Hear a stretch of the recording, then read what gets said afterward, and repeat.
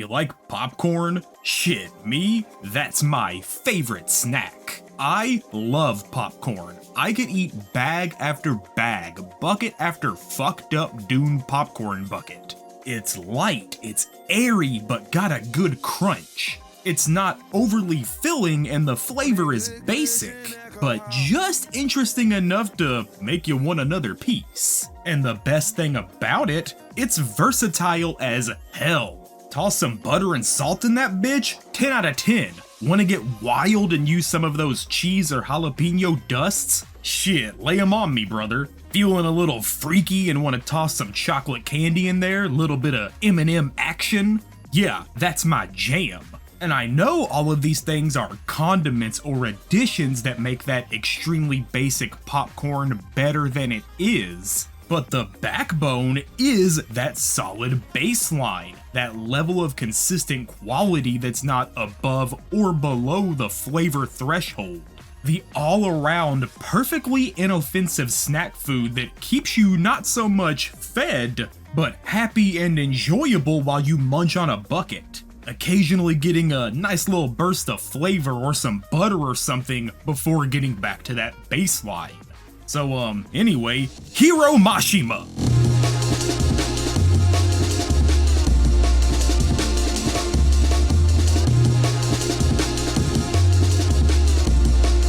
Alright, it's finally time. Hiro Mashima, the mastermind of many different series.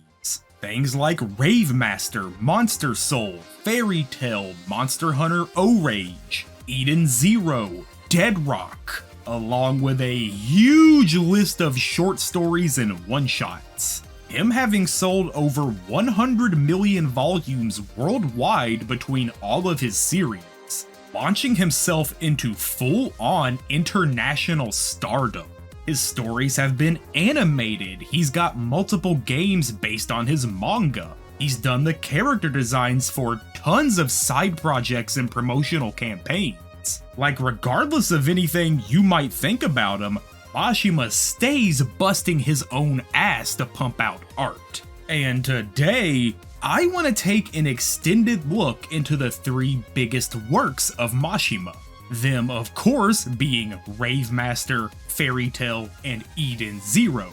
How he as an artist and author grew between them, where he stands at now in the manga world after being in it for over 20 years, and how despite the varying quality of everything he's done can range from great to very not great, he's become one of the most overall enjoyable manga artists in the world to me. Myself being someone who started out not liking his stuff at all in my early 20s, coming now to doing a total 180 and making this video dedicated to him. So before we get in there and break down his big 3, the first thing I want to talk about is, well, who is Hiro Mashima? Where did this guy come from that started with nothing but rough artwork in a dream, going on to dominate both the manga and anime landscapes for years? Well, first, let's jump back to the 80s and Mashima's childhood.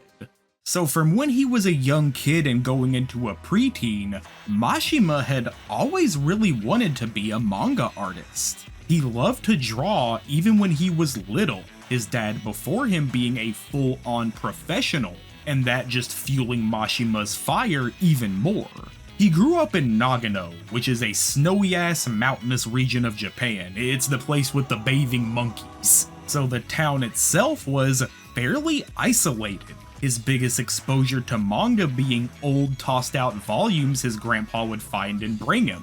Unfortunately, during this early childhood, his father passed away and, due to that troubled time in his life, he began to rebel a bit. He learned to play guitar and started a band, mostly just to get girls and look cool, getting in trouble at school and skipping classes until eventually he was straight up expelled, saying fuck it, moving to Tokyo in '98 and going hard to become a manga artist, entering public contests and dropping one-shots for Weekly Shonen magazine. his first one titled Magician actually winning him around 70,000 yen, and earning him the chance to publish a follow-up series almost right away despite being so fresh in the scene.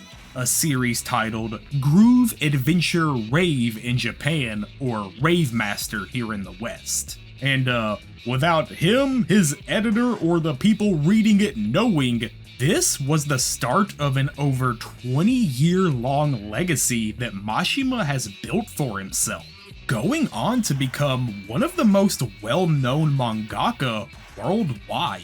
And so, with that said, it's time to look at his first major manga, Rave Master. Now, before we dive into each of these series, I'm just gonna say this up front so you can prepare for spoilers or whatever. For Fairy Tail and Eden Zero, I pretty much plan to fully spoil those. Fairy Tail's over 60 volumes long and has a lot I want to talk about. It's the series I have the longest history with of his, so it's gonna be the most retrospective of these three parts. And Eden Zero will just need full spoilers so I can, critique that one. That said, Rave Master is different in the way that literally barely anybody has read this shit. Despite Mashima's big-ass fame and mass appeal, Rave is still hugely under the radar, especially here in the US. So for this one, I won't be spoiling it near as much as those other two, and to that you might ask, well, why not? And my answer is, even if Rave is the most unknown of Mashima's big manga, it might still to this day be his best one.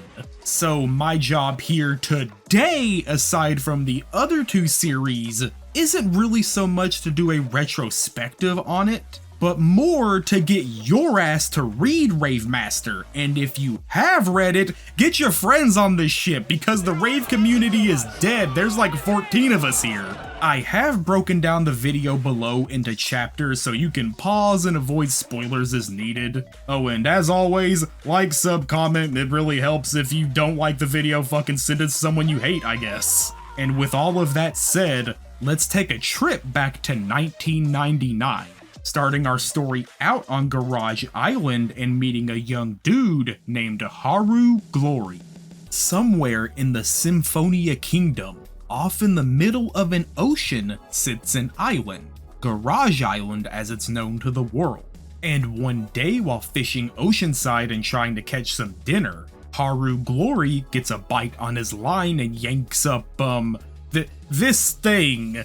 An all-white cone-nosed little guy who shivers non-stop and doesn't talk. At most just making a noise that sounds like boon. Confused as hell as to what this thing even is, Haru takes it back down to the island town and asks around the village to see if anyone can figure it out. It being called a fish, a dog, and everything in between. While in the middle of dealing with fishing out the little dude, two other people have also arrived on the island at the same time. One being a strange old man named Shiba, and the other being a generic-ass goon for the Dark Army known as Demon Card. After our hero Haru runs into said goon and skins his ass raw like he's Fred Durst, he learns from old man Shiba that he is what's known as the Rave Bearer. And now that Plu, the cone-nosed thing Haru found in the ocean, has reappeared and chosen Haru as the next host, Shiba wants to pass on his power of the Rave to Haru, asking him to use that power to help save the world from the evil Demon Card. So you see, outside of Garage Island, the whole world is at war, a thing Haru apparently didn't even know about. With this Demon Card group using evil tools called Dark Brings to give them magical powers, them out to achieve global conquest. The old man Shiba revealing that 50 years ago, he, Plu, and some trusted warriors once fought to save the world using the power of Rave, to stop the power of the Dark Brings well before this Demon Card group even got a hold of them. the heroes failing and a tenth of the planet being destroyed. Shiba and Plu being separated for 50 years due to the calamity. The Rave itself breaking apart, flying into the sky and blasting into different directions like the Dragon Balls. And now, all of this time later, the Darkbrings have returned and the world is in need of the heroes' help once again. The Rave Master Shiba and the Rave Bearer Plu. But seeing as how Shiba has become too old and frail for the Rave, Haru has been chosen to take the stone. To take the power of Rave and, together with Plu, set out into the world to not only find the 4 missing Rave stones and stop Demon Card, but also to learn what the connection is between his missing dad and that Demon Card army. Him having left the island 15 years before this and leaving Haru with his mom and sister Catalia. The mom passing away shortly after and Haru being raised by his sister. Growing super resentful of his dad for not even being around as their mom was dying. But now, all these years later, being told that he actually set out on a quest to take down Demon Card and possibly save the world by himself. Haru at first not even wanting to be some shonen hero or to go on a big adventure, but knowing he can track down his dad and possibly help people out along the way, he bucks up, grabs a small ship with the Rave Bearer Plu, and heads out into the great big world of Symphonia. The duo going on to meet friends, enemies, frenemies, and Mashima himself growing into one of my favorite artists over the course of their quests. So before we talk more about this story, let's look at the art in Rave Master, the combat, the characters, and the way Mashima really came into his own as the chapters rolled out. So like I said earlier, Mashima had only submitted 2 one-shot stories before the beginning of Rave Master. And going back to look at both of those and the first half of Rave Master, it's not wrong at all to say that large parts of his artwork are still big amateur. There's some rough facial expression, some fucked up proportions. Like while working on this video, I found art shots where he just legit forgot to give certain characters 2 hands. And shoving all of that roughness aside, the thing is, in these early volumes before his art had become even half of what we know it as today, from minute 1, he could easily and stylishly draw some legit raw-ass combat. The motion lines, the warped faces from a big-ass punch, the anger in characters' expressions, even when his regular moment-to-moment arc could slack in areas, Mashima knew how to draw dudes beating the dog piss out of each other, and honestly, that hooked me hard on my first read of Rave. This doubling down when the use of things like Darkbrings become normal in combat. Them of course just being shonen powers. But it let Mashima go wild with his battle ideas and draw some cool ass fights. Be it back here in Rave or now to this day as we'll cover later.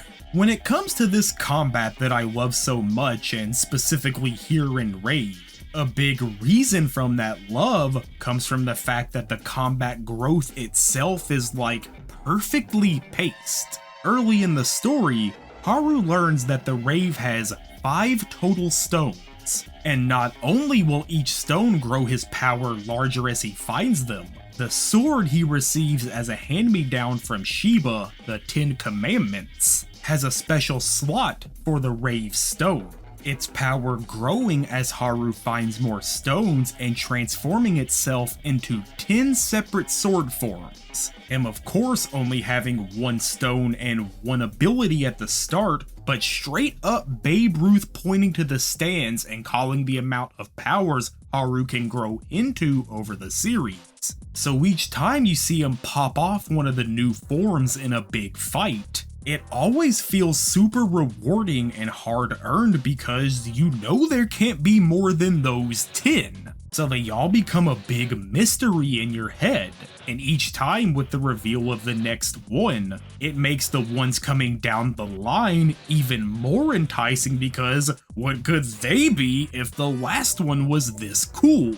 Giving Haru things like the power of an explosion sword, a sword that cuts faster than wind, dual-wielding fire-ice combo blades, and 7 others I won't spoil. The rest of the cast's powers range from basic to interesting. Things like Musica being an iron alchemist or Shuda having his coordinated blows with charts and graphs, attacking you in your weakest spot with perfect accuracy. But the other big dick badass in the cast with cool powers and a cooler design would of course be Sieghart, the character who, still to this day, is Mashima's standby go-to guy for when he needs an intimidating and powerful person to walk into the story.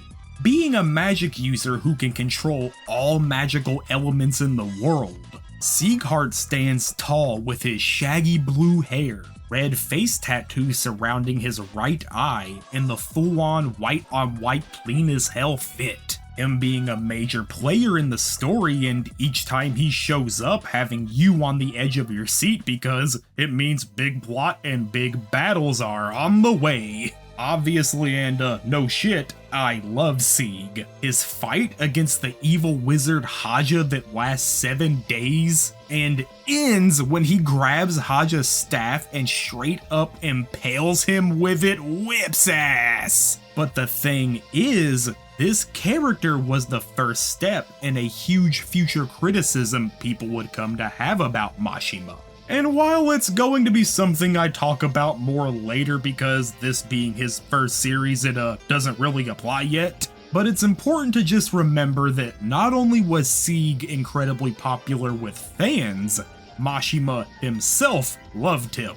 Now, besides the big combat and super fun shonen battles, the other huge aspect to early Mashima manga is, for sure, the over-the-top and outright stupid sense of humor he has. A sense of humor that, honestly, really works for me. He's a master of goofy facial reactions, and even in these early chapters when his art was growing, they never failed to crack my ass up, I can't even lie. Shit like the Jigglebutt gang kills me. And I mean shit, look at Plu. Everything about him is a legitimate 10 out of 10. His design is just the best. Little snowball head ice cream cone nose that's in the constant shiver mode. The cast grabbing and launching him at shit like a weapon to pierce with that unbreakable nose. And even if it's basic, the series-long running gag that no one can figure out what the hell he's supposed to even be is great. I can't help it. I got the brain of a 17-year-old who had a traumatic brain injury at 12 years old.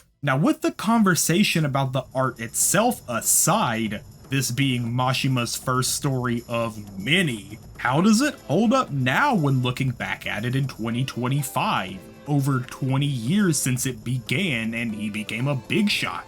Does it still stand side by side with his more well-known hits like Fairy Tail? Well, in my opinion, not only does Rave Master totally stand on its own in the manga field, it kinda still to this day rises above almost all of his other stories. The adventure of Haru, Plu, Ellie, and Musica being a legit, almost perfect ride from start to finish.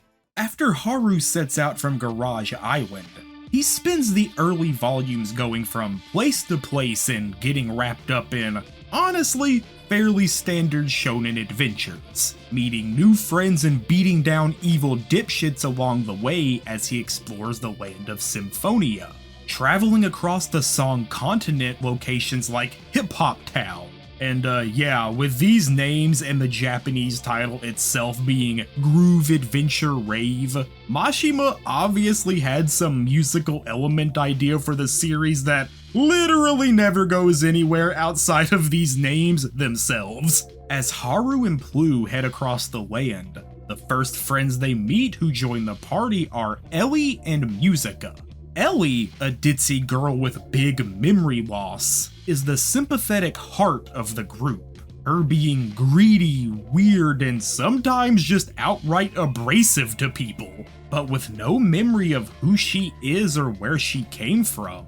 Just wanders from place to place trying to discover who she even is. And based on the glimpses she still has of her past mixed with the things that Elemental Master Sieghart told her, she's started to doubt that maybe she should even be alive in the first place. And of course, besides these three, you have Musica, the Iron Alchemist who, despite kinda being a really standard shonen side character, bros like the generic third or fourth party member in a series like Bleach, he's still really whips ass. The total definition of simple but effective.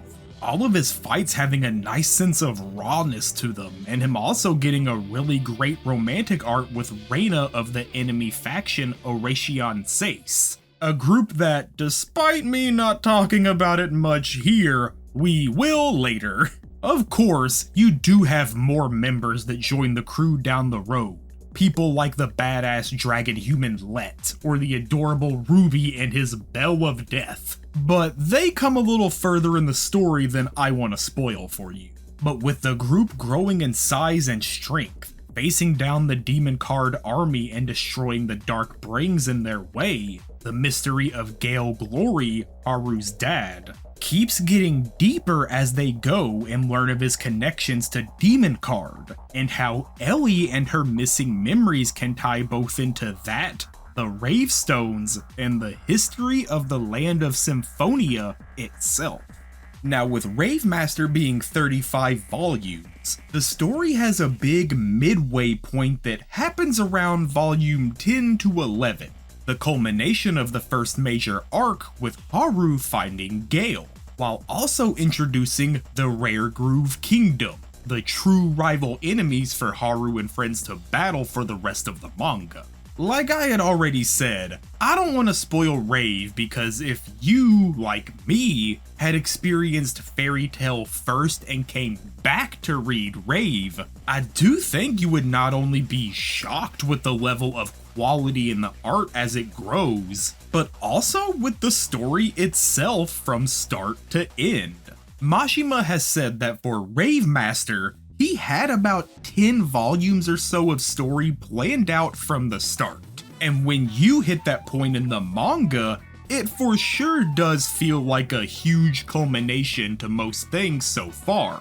But by now, the series had decent popularity, the sales were solid, and the manga had a green light to keep on trucking. So Mashima reworked the plot to instead make it the end of part 1. The rest of the series being the main adventure as Haru fully embraces the mantle of Rave Master, setting out on his quest to save both the world and Ellie's memories. And dude, there's still some absolutely amazing moments in those volumes. Now, some light spoilers here, but shit like the truth of the Guardian Skeleton and the story leading up to that still makes me fucking stand and clap to this day. Mashima was at the top of his game with this. And in a more broad sense, everything with Ellie and Reisha is really good. Their storyline, I feel like he tried to keep replicating as his series went on, and it never really hit like this very first one. And of course, story aside, his art just gets better and better. The characters, their faces and reactions, the shading and general line work, the shonen combat that was honestly a lot better than a lot of his peers in those early 2000s. Mashima was developing at a rate that no one could expect, and it shows as Rave just gets cooler. Now, I will say without spoiling too many things, I do wish Lucia, the big bad villain of the series, had more time to really be his own character. Anytime he's on screen, I feel like it's more focused on, oh man, he's so badass and evil. and never really giving a same amount of time to go into his backstory and explain why we should really care about him as a villain, outside of just being badass and evil. I think he's totally serviceable, but as far as shonen final bosses go, he's pretty low tier to me. And if you've read either Fairy Tail or Eden Zero, as we'll talk about later, he does the same thing here as he does with Acnologia in the Chronophage, and if you know, you know. But some slight complaints about those things aside, and one arc towards the end with that guy Hardner I kind of think is just boring as hell. Rave Master is still to this day an overall 9.5 out of 10 to me. Like, I love this story, this art, and this entire cast so much. And it goes without saying that it is Mashima's underrated banger. I know overall I'm leaving a lot here to be said about Rave, but for real, go read it, it's still worth it. How can you read it? Well, we'll talk about that later in the video. Watch till then, bitch! And with the conclusion of Rave at volume 35 in 2005, Mashima had become a legit well-known name in the Japanese manga world.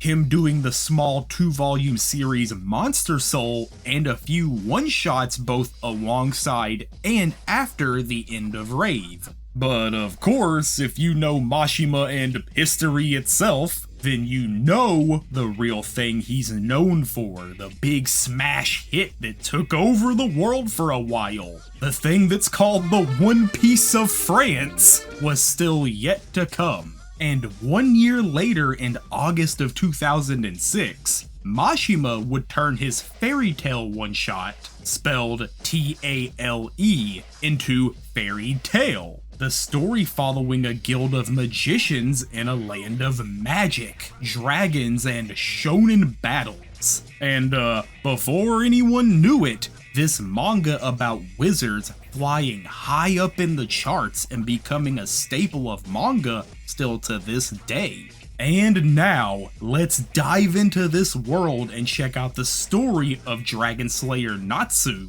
and his celestial wizard partner, Lucy. Opening on a shot of what looks like Sieghart from Rave Master, we learn right away that in this world of magic and wizards, there's a certain guild that's famous for causing trouble wherever they go.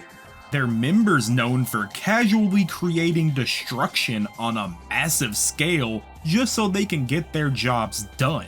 A guild full of powerhouse mages and super strong badasses. And in a small town in the magical kingdom known as Fior, one wizard, Lucy Hartfilla, has a run-in with a fire mage claiming to be the world-famous salamander from Fairy Tail, someone who's rumored to use a dragon-slaying fire magic. Some things happen and this guy is proven to be a fraud by the real salamander, a pink-haired, loudmouth, over-the-top fire user named Natsu Dragneel, with his best friend and co-pilot by his side, Happy, a flying, talking cat, them being both a dipshit duo combo for sure, that Mashima humor still intact from Rave. Natsu, unlike Haru, immediately being not only strong as hell, but someone who loves a good fight, using that dragon-slaying magic to blow the imposter away and asking his new friend Lucy if she wants to join Fairy Tail.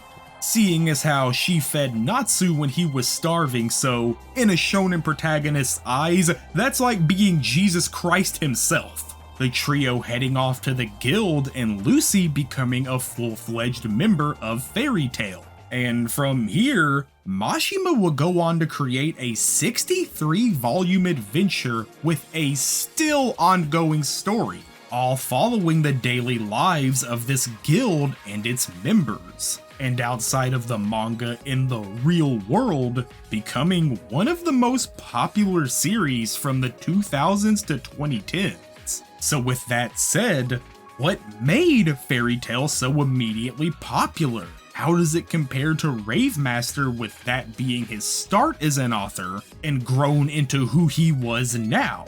Well, just like with Rave, the immediate strongest factor in Fairy Tail that's kept getting better as it goes was Mashima's art style that was, for all intents and purposes, in the process of reaching its final form. Like I had said before, Rave Master's art for sure started out as very basic, and despite the combat having that rock-solid foundation, it would still take a large chunk of the series before his minute-to-minute art was on a consistent and quality level.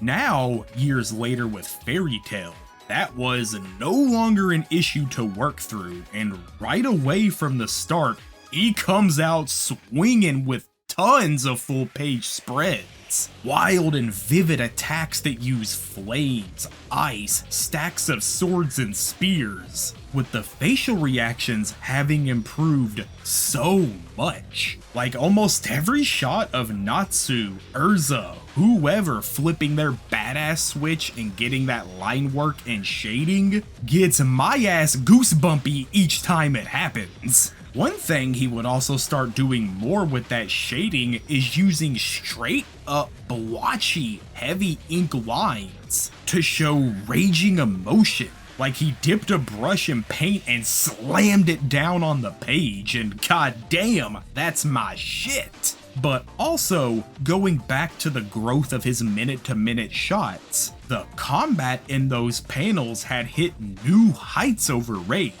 with Mashima now effortlessly drawing super choreographed hand-to-hand fights that usually start or end with a massive full spread attack. Natsu covering his hands in flame and boxing the shit out of enemies, firing himself up and blasting a flaming cannon from his mouth. Of course, Haru and Rave used a sword for pretty much every fight. And while Natsu uses his hands and flame-based magical powers instead, you can see the growth in that sword combat just as much through the Crimson Queen herself, Urza Scarlet. Her magical ability being able to re-equip herself mid-combat, reaching into an endless amount of armors and weapons to grab and fight with. Which is super smart, honestly, from an artist's standpoint. Not only does it give Urza an infinite flexibility in combat, it also lets you, as the artist, make new designs and combat ideas on the fly without it ever really feeling unearned or ass-pullish. This was just one of the many weapons at her disposal. And when it comes to those outfit changes, this is also where another factor of Mashima's art was beginning to show itself more.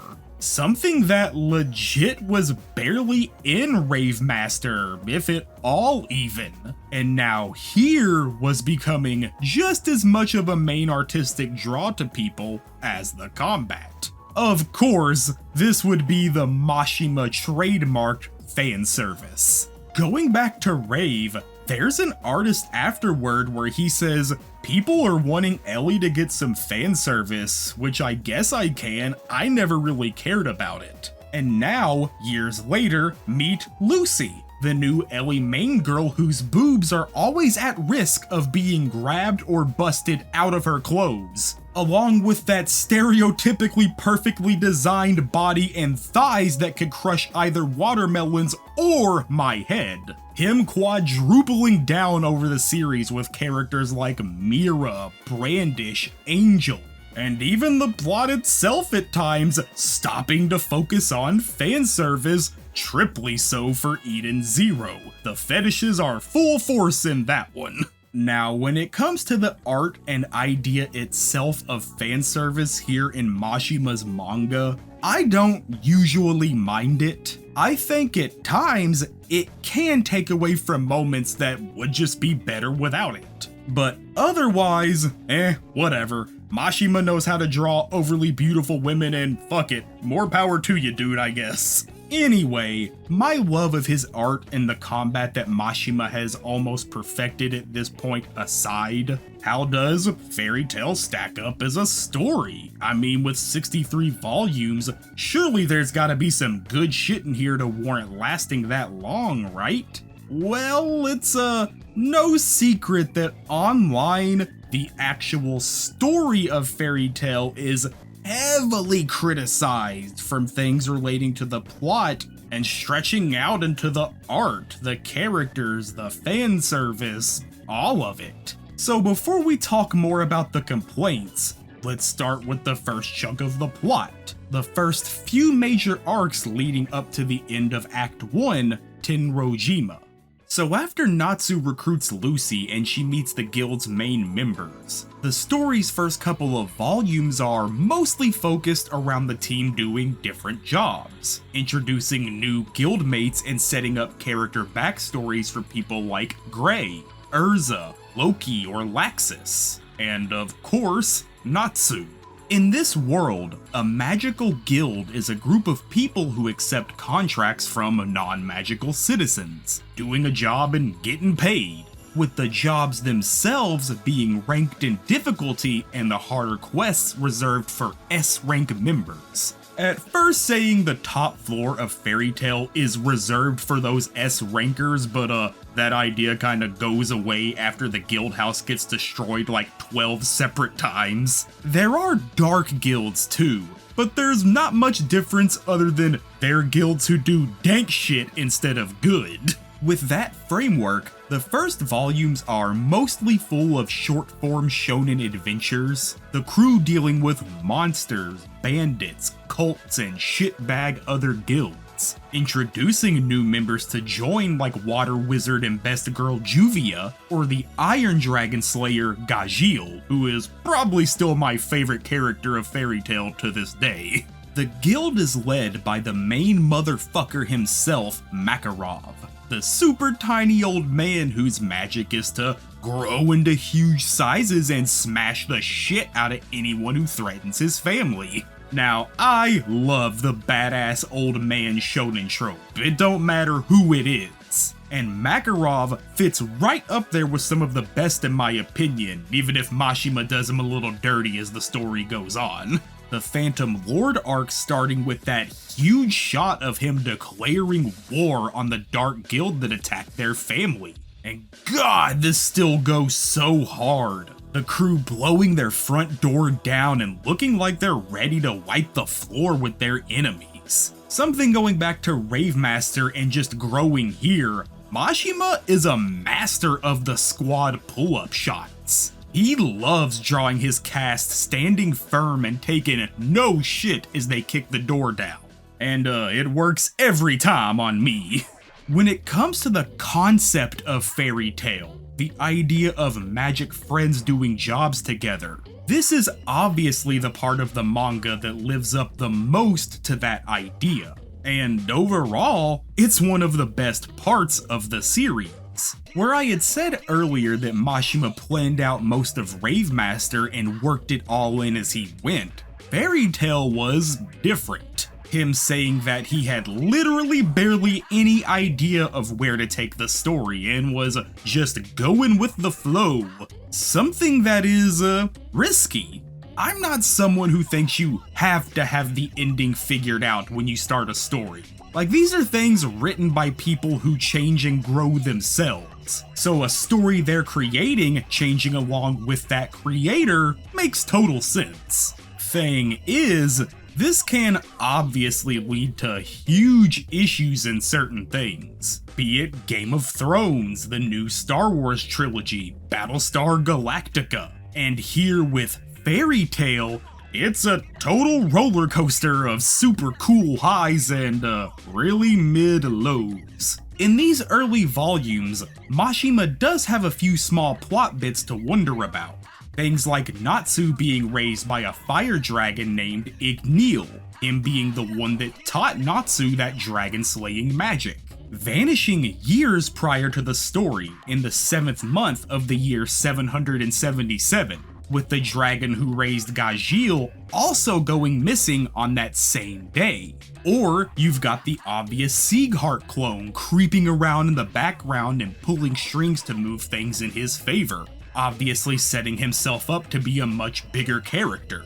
But overall, it's just fun shit each week as Natsu and company blast magical ass and solve problems. Now, these adventures aside, the first major arc, not counting Grey and Deliora, is the Tower of Heaven, finally bringing that Sieg clone in and revealing that his real name is Jalal, the fan favorite potential man of Fairy Tail. Him having a really connected backstory with Urza, the other big fan favorite. Them having a will they, won't they romance that lasts pretty much the whole series. The Tower of Heaven is, at least to me, a pretty much perfect shonen arc. Taking the cast we'd grown with for over 10 volumes and revealing the backstory of Urza, Natsu's big-ass fight with Jalal where he eats the Etherion crystal and goes Dragon Force, his skin scaling up and beating the shit out of Jalal.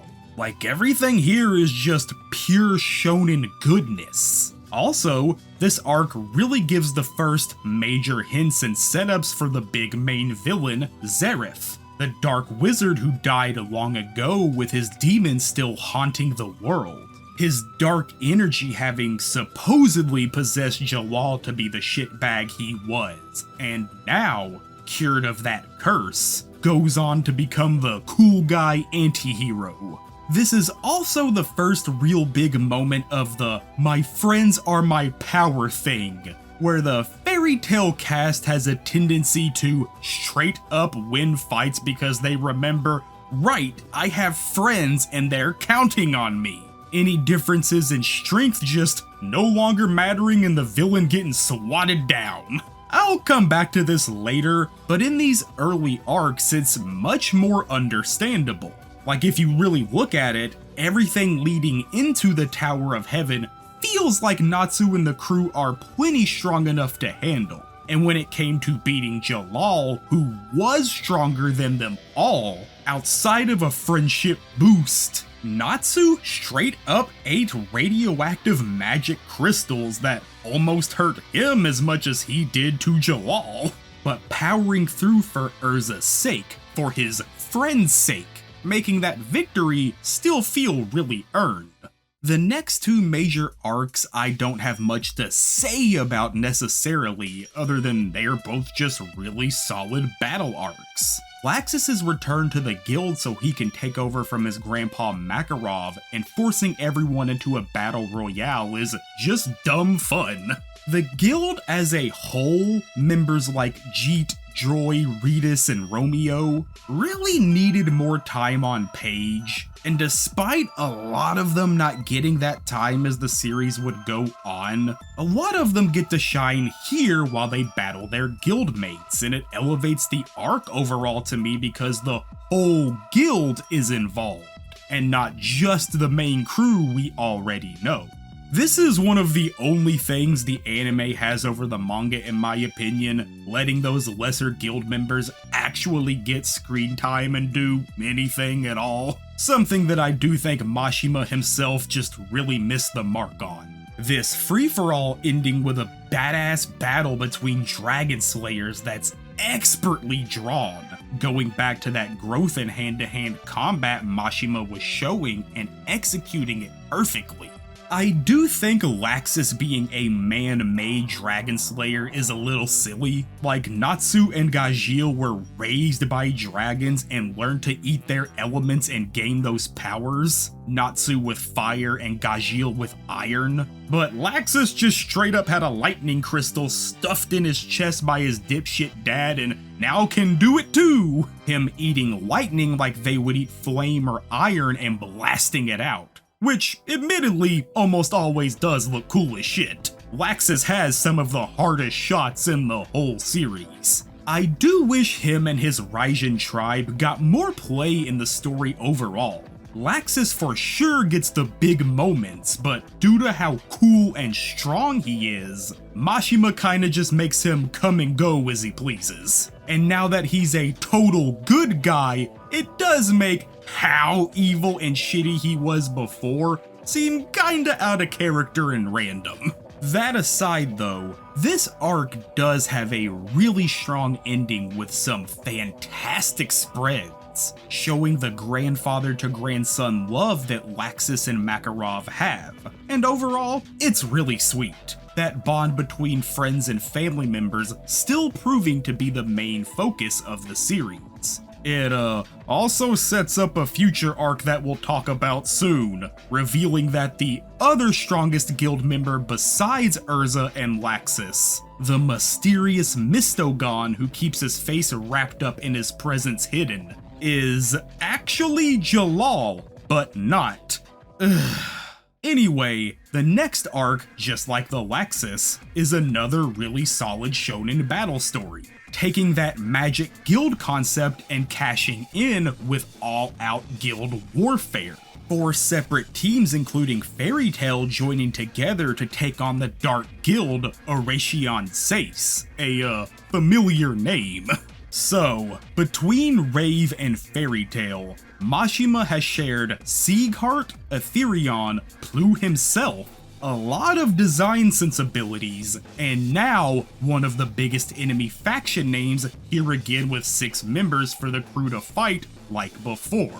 Now, at this point in the video, I don't feel the need to talk about it that much. It's more of like fun Easter eggs right now. Sure, Plu could be here, he's a weirdo mascot character. Sieg was a fan favorite in Rave, so a remixed design does make sense for a major character like Jalal. Aetherion was the ultimate magic in Rave, so it being a super powerful weapon here is just a fun nod to its strength. And lastly, with the Oration Seis, it is a cool name that easily lets you come up with 6 characters for the crew to fight, even if he already did use it once. Now, if he should use all of those again and maybe even double down on them in later stuff, maybe we should bring it back up. Oh, hello, Justice from Eden Zero, come back later. Lastly, this arc introduces the next true Dragon Slayer, not a fake one like Laxus, meeting Wendy, the Sky Sorceress who has her own talking cat like Happy named Clara, with Wendy's sky magic being used to both heal and boost the other members of the guild, powering their magic up and almost being like the party's red mage. Overall, I do really like Wendy, but compared to the other main crew members like Natsu, Gray, Lucy, or Urza, it for sure feels like, despite some dope moments, she gets the least amount of stuff in comparison, and that sucks. The thing is, around the end of the Oration Seis is where I feel like the first issues of Fairy Tail really start to poke out, starting with the actual end of the Seis arc. Now I think the main members are pretty solid, Cobra whips ass, but Zero/Brain really bores me as a villain compared to Jalal himself or the Phantom Lord group as a whole. And the one-time power boost Natsu gets from Jalal to win the fight for sure feels like Mashima wrote himself into a wall and needed a way to win. Something that could be a symptom of the figure it out as I go writing. And lastly, the arc leads into what I consider to be the worst arc of Fairy Tail, the one and only Edolus story, revealing that Mistogon was actually from a other dimension where every major character has a personality flipped version of themselves, with him being the alternate reality Jalal. Now it's not a bad idea for an arc, but as someone who already felt like Jalal was becoming a little bit of a wet blanket that takes constant L's, the cool mystery guy of Fairy Tail just being him but parallel bummed me out. And outside of that, even if I don't dislike these swapped versions of the cast, the arc itself is just boring. It's the one that really has no greater effect on the story or the characters. The enemies are all much lamer than the ones from earlier. And despite it revealing where the talking cat race, the Exceed, come from, Happy and Carla being from here originally, it literally never matters at all after this arc. Like, I don't even know if it gets referenced again. And despite our 3 Dragon Slayers beating the shit out of the big metal dragon at the end and it looking cool, it is still an extremely boring villain who's just in a big metal dragon. Like, come on, this guy sucks ass. But my biggest issue I have is reviving Lisanna, the dead sister of Beast Mode Wizard Elfman and his demon sister Mira Jade, where the crew is made up of Natsu, Gray, Lucy, Urza, and now Wendy. The guild does have a strong list of second tier side characters, some getting to shine pretty often like Gajil or Kana, and some like Elfman who feel like they should be more main team material, but just aren't. And that stems largely from the fact that when he was a kid, bro lost control of his beast mode transformation and accidentally killed his sister, traumatizing him to his own magic and plaguing the rest of his life. Except, nah, he didn't, and she just ended up here on accident, so now she's back, and Elfman's big story is washed away, with Lisanna who, despite coming back, literally doing nothing at all for the rest of the story, like she's barely even in any pages. Which just makes me ask, why the fuck did you remove that honestly heartbreaking backstory just to have the character herself barely exist? With this event kicking Elfman to the back row of Fairy Tail members, outside of like one fight in the tournament arc later. Which is a real shame for this character who seemed like he was gonna be a little important at the start, and I guess Mashima went, nah, fuck him. The arc ending with the crew coming back home and never mentioning that parallel world again. Edolos is 100% the point proof of how making a story as you go can be a risky move. Cause this arc is ass. And I think Mashima himself knew in a way, since he buried that shit ASAP and immediately moved on to a new story. One that would not only return Fairy Tail to much better form, but also set the stage for the second half of the series, that being Tenro Island. Going back to what I had said a while ago, only S-ranked wizards are allowed to take on the highest level quests, and the time has come around once again for Fairy Tail's S-rank exams, Makarov calling in the strongest members so they can be examiners for the younger wizards in the running, introducing a controversial new character named Guild Arts. So, Guild Arts is Shanks. He is just Shanks One Piece. Red hair, big cloak, missing arm, pseudo-sensei to Natsu, a power level that's hard to even compare when looking at the main cast. Bro's even got hockey. Except he also happens to be a total sleazy dipshit who loves drinking and fucking. And now he's here to help Natsu and the team prepare for their tests on Tenro Island, the Fairy Tail Holy Land, the island that the guild has used for training, testing, and whatever else since it was founded. Somewhere on the island being the gravesite to Fairy Tail's first guild master, Mavis Vermilion. The selected candidates teaming up with other guild members and competing against other teams to see who will be the first to reach the center of the island and secure their S rank. But at the same time on that island, a strange man with shaggy black hair and dark robes sits depressively, waiting for someone to find him, waiting apparently for Natsu. And on the horizon, a flying ship ran by a dark guild is closing in, the hyper-strong Grimoire Heart, them being led by Fairy Tail's former second master turned evil, Hades. The two groups clashing with each other and the exam turning into a Shonen Island survival arc, letting large chunks of that Fairy Tail guild go against Grimoire Heart and it legit feeling like guild warfare once again. warfare that involves more than just the main team. Something that hadn't really felt like a thing since the Laxus arc. So with all of that said, overall, I'm split down the middle on Tenro. Like, it's got things I both really love and some I really don't. And it showcases something I feel about Mashima overall from Fairy Tail forward. On one hand, things like the Guildarts Natsu battle whip shit. Not only is it a fun squash match where our main character gets firmly beat, it's a great learning moment for Natsu. Guildarts teaching him that fear of the enemy is not only natural, sometimes it's what can save your life.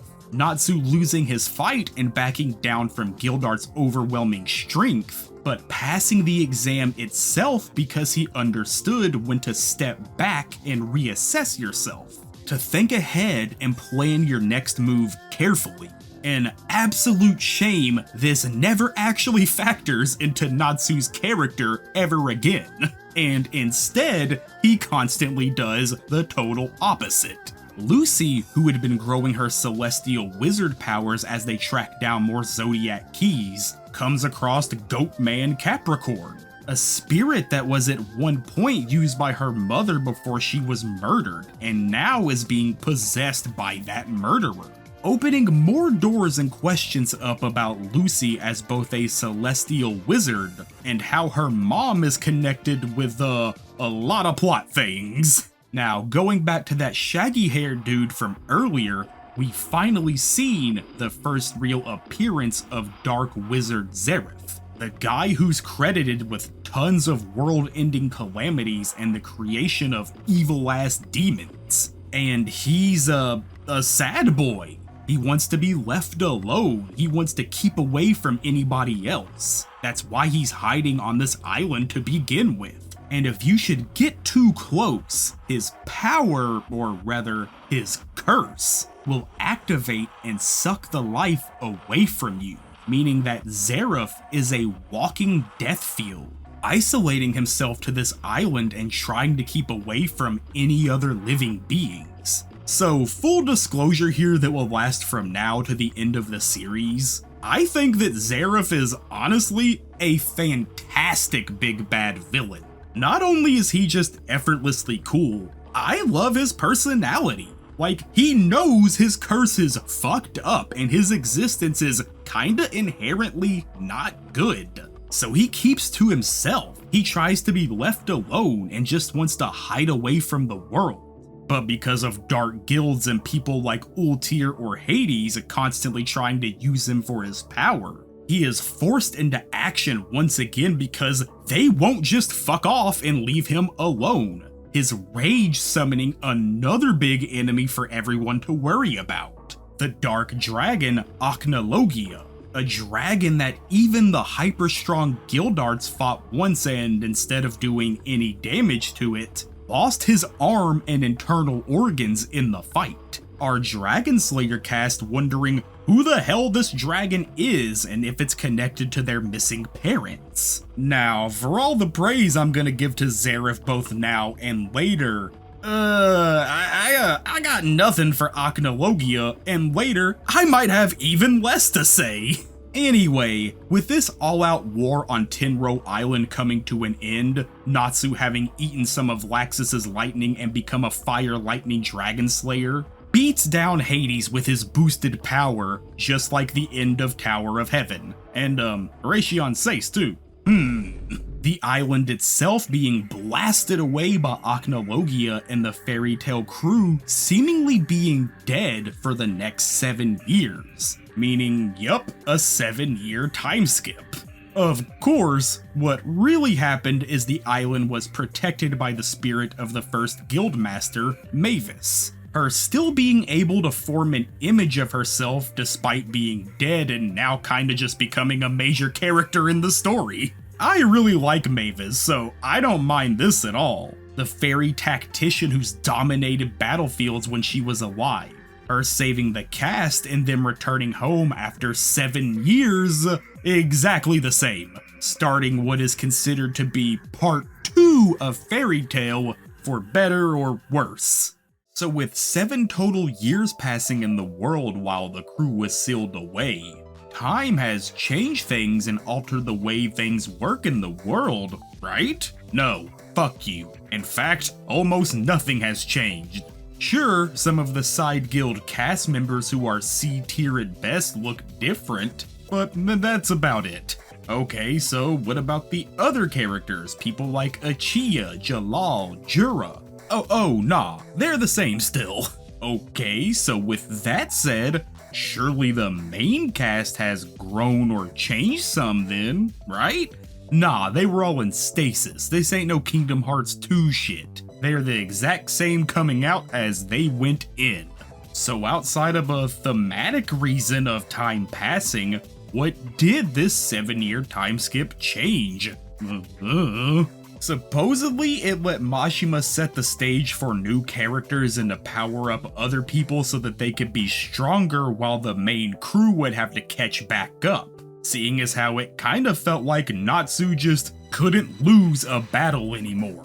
But not only does that not happen, the new characters could have just been introduced. You didn't really need a whole 7 years to pass and it changed nothing, but some people are here now that weren't introduced before, so they could have always just been here. Mashima does use this to introduce Second Origin, a supposed way to dig into another magical source inside yourself and get more power.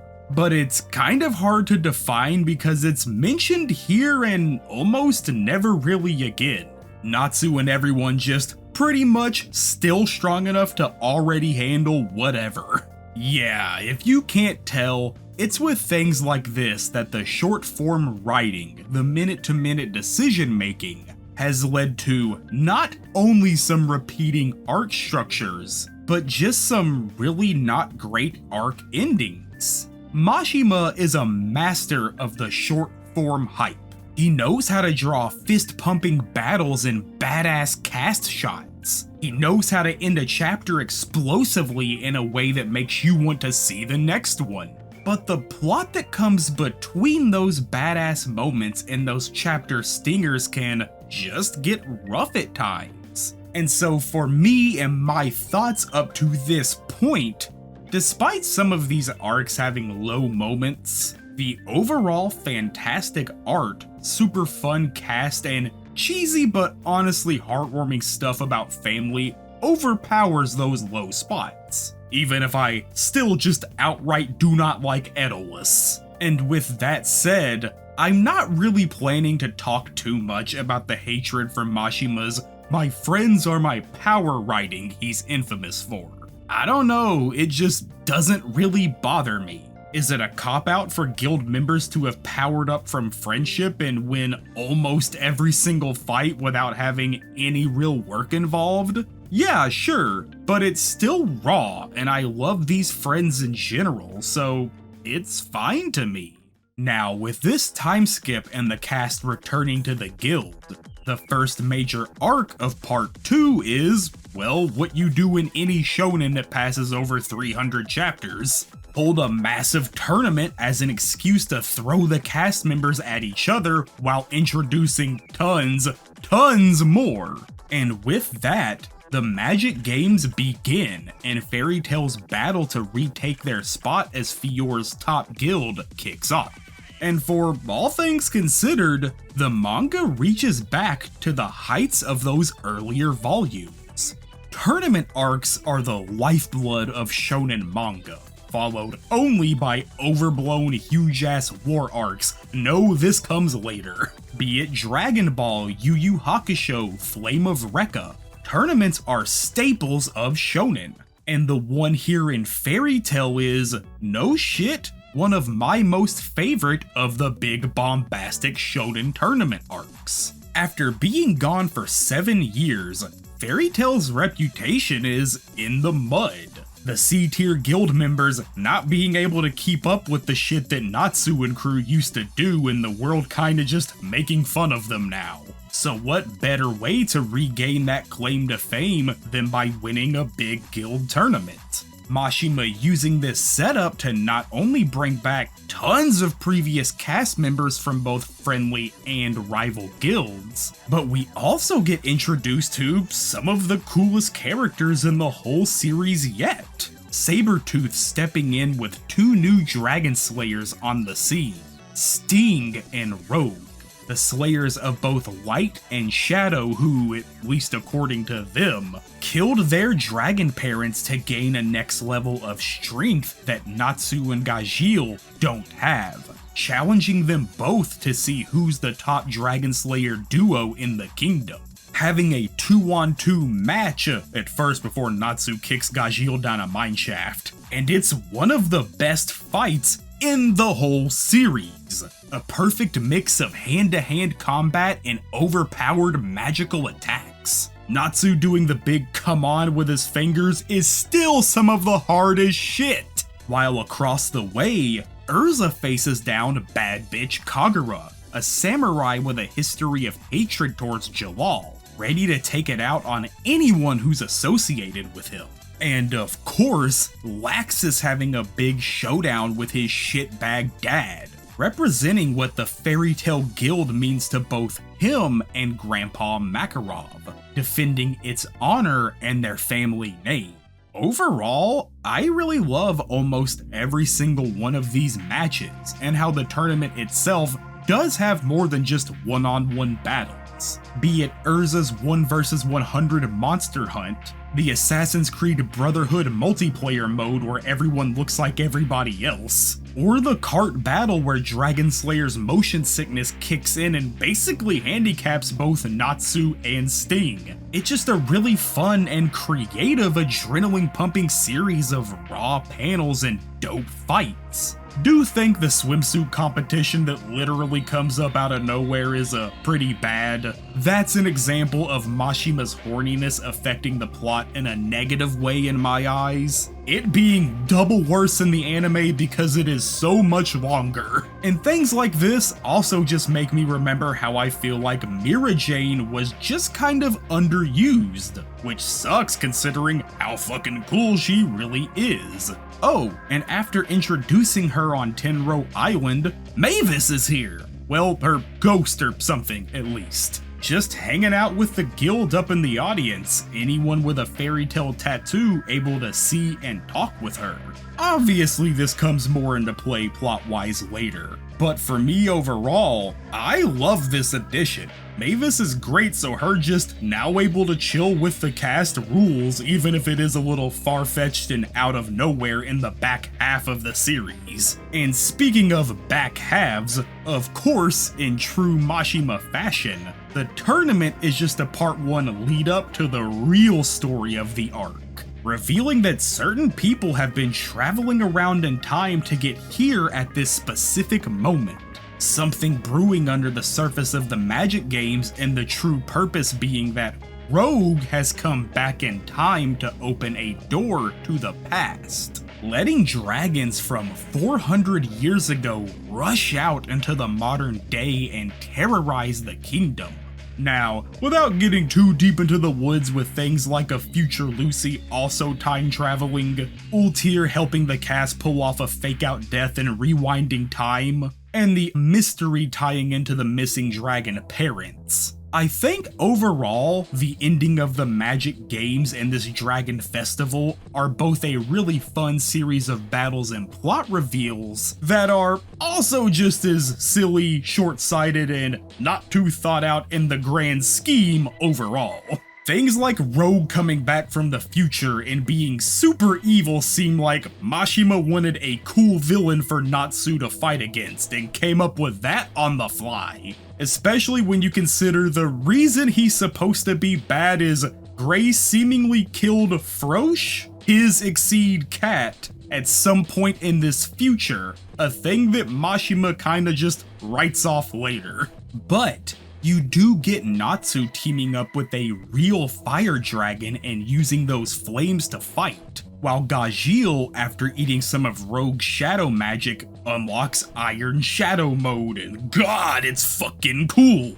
The art and combat being some of the best Mashima has created so far. The fake out deaths are hilarious though, like Gray getting shot in the head and then filled with holes immediately made me say, nuh-uh, because like hell Mashima would kill him here. Ultier turning herself into a grandma / time ghost or something, rewinding time and making everything alright. Like, it ends a bit sloppy and it's definitely from that writing as he goes mentality. But I do think the Magic games overall are full of the things that make fairy tales so popular, so addicting to read.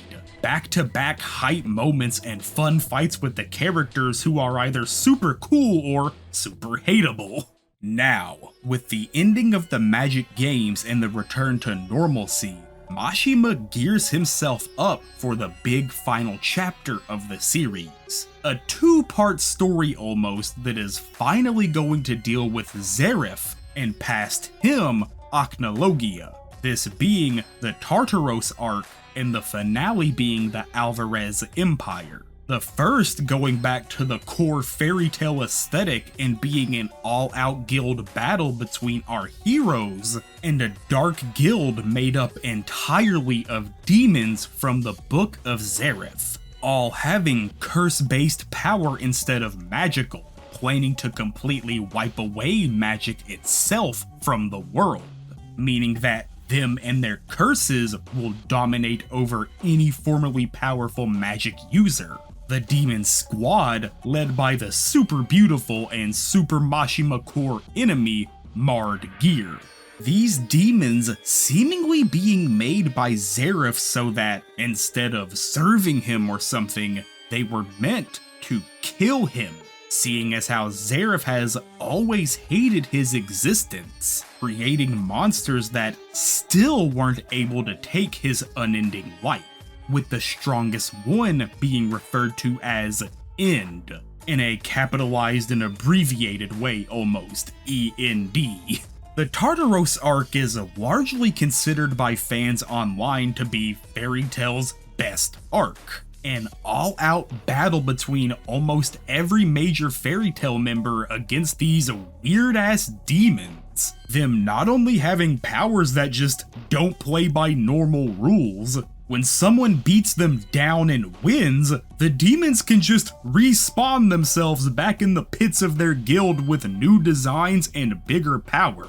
The arc also setting up some really big questions about Zeref, Natsu, the Book of End, and now, finally in a major plot way, Gray Fullbuster, the Ice Wizard of Fairy Tail. So, when it comes to Gray, I feel like overall, his character and storyline were kinda missed opportunities. Going back to one of the first major arcs, his connection with the Zeref demon Deliora, the monster that killed his family and eventually his master, has pretty much been his biggest and only driving force in the plot itself.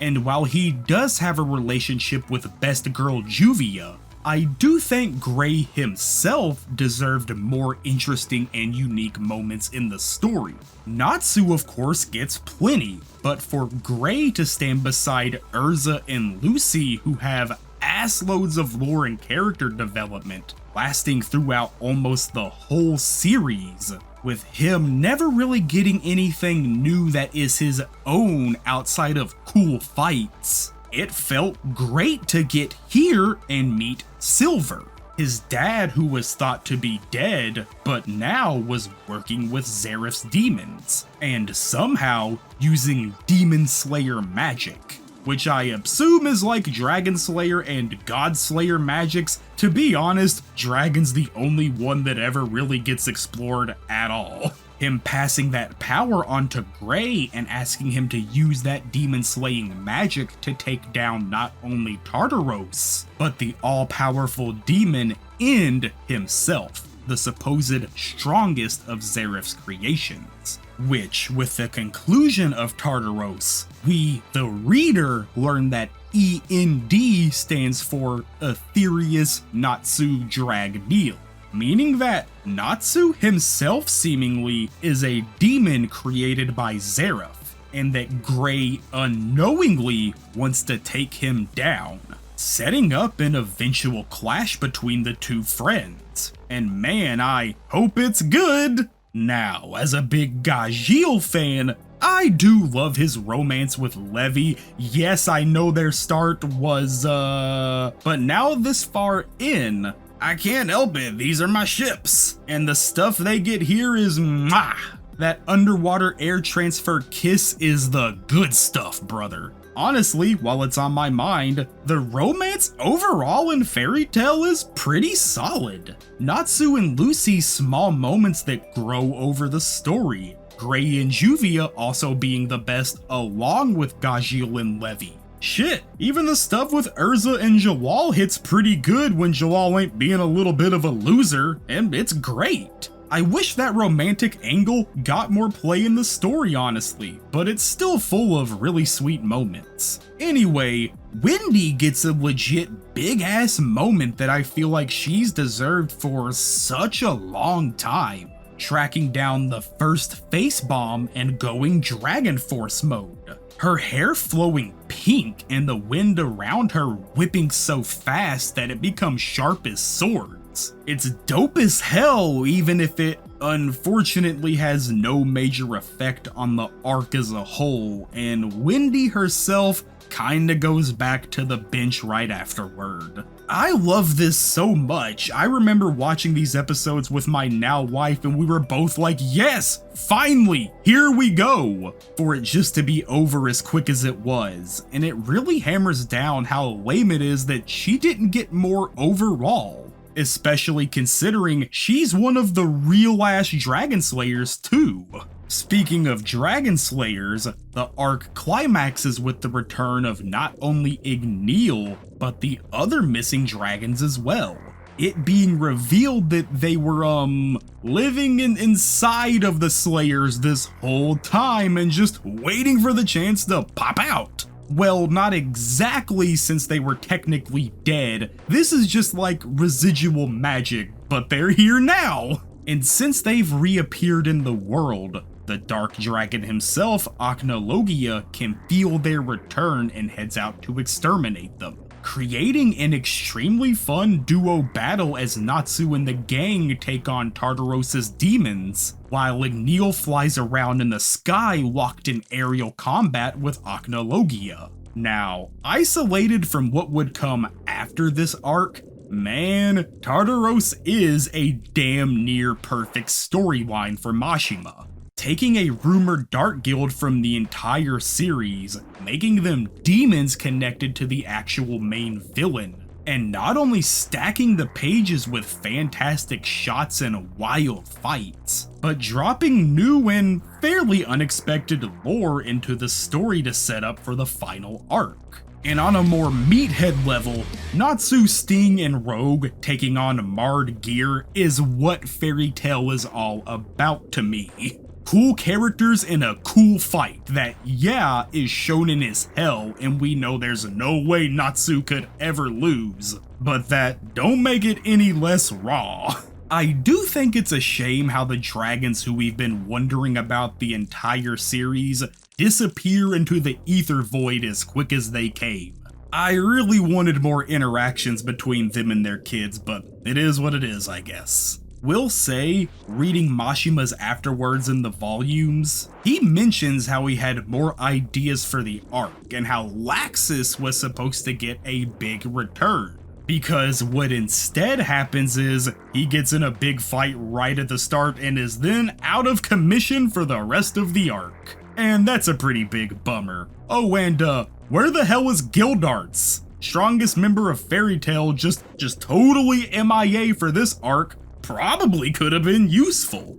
Oh, and lastly, a shame Elfman got punked out here, just like in the arcs before. Mashima just keeps doing my dude dirty. Now, at the same time these chapters were dropping, over in the monthly Fairy Tail magazine that Mashima was now creating because shit was so popular, a new side series began to drop, lasting only 13 total chapters and being called Fairy Tail Zero, a full-on prequel story that gives the backstory of Mavis, her connection with Zareth, and the creation of Fairy Tail itself.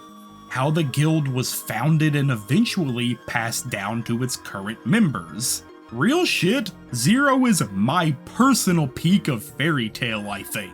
And it's in a whole ass side magazine you could totally just miss. The story of Mavis, her meeting Yuri and tricking him because she's such a little gremlin, traveling the world and learning magic from Zeref. And, of course, the fallout that would come from Mavis using that power she was taught by Zeref. Her body never aging and being stuck as a child for the rest of her life. I don't know, overall, I think Zero is just great, dude. It's short, sweet, and really emotional, honestly. Mashima taking that story and using it along with the Tartaros arc to set the stage for his grand finale. The ending to this almost 60-volume story at this point, the Alvarez Empire arc. A story and conclusion that is, well, pretty controversial.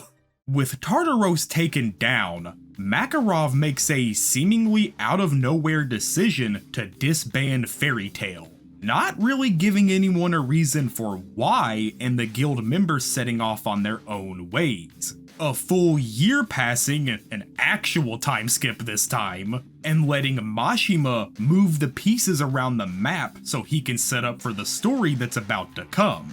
Natsu having grown his hair out over that year, and it looks super good. This is probably my favorite Natsu design. A shame it gets cut immediately and only lasts like one chapter.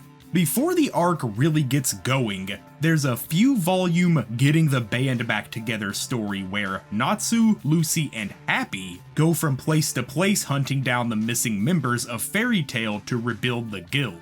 And as a big fan of both these characters and the art Mashima has fully grown into by this point, I really like these chapters. Sure, they're pretty low stakes and only exist to go, hey, here's what I've been doing over the past year, while also walking back that big chapter ending shock that the guild was broken up. But that doesn't really take away from my love of the guild. So by this point, it's safe to say that Mashima has just become completely comfortable in his style, able to create something totally unique and having the ability to make a huge range of character designs, even if he does like to reuse a lot of them. Able to draw almost any type of fight, create any random idea and work it into his story. And even if the writing itself can stumble at times, it really did feel like the sky was the limit at this moment in Fairy Tail going into the final story. Will say the cult stuff with Gray here feels like a little waste of time, mainly because as soon as Juvia says Gray left and may be evil now, you immediately go, no the fuck he ain't, and the arc just kinda becomes how long before everyone teams up and punches dudes, which is literally what happens, and we move the hell on from this cult and its cast with the quickness. Gray's actual goal still being to hunt down End at his dead father's request. Council Officer Gajil is a fun ideal though, I really still love Gajil.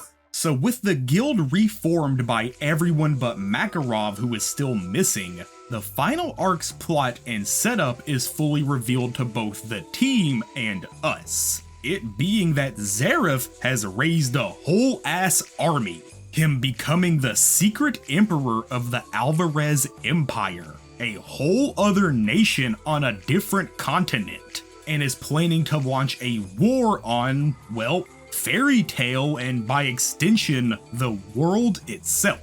Him having hundreds of thousands of troops at his command and, more importantly, the Spriggan 12. 12 commanding officers whose magic power is supposed to be on a level that basic wizards can't even comprehend.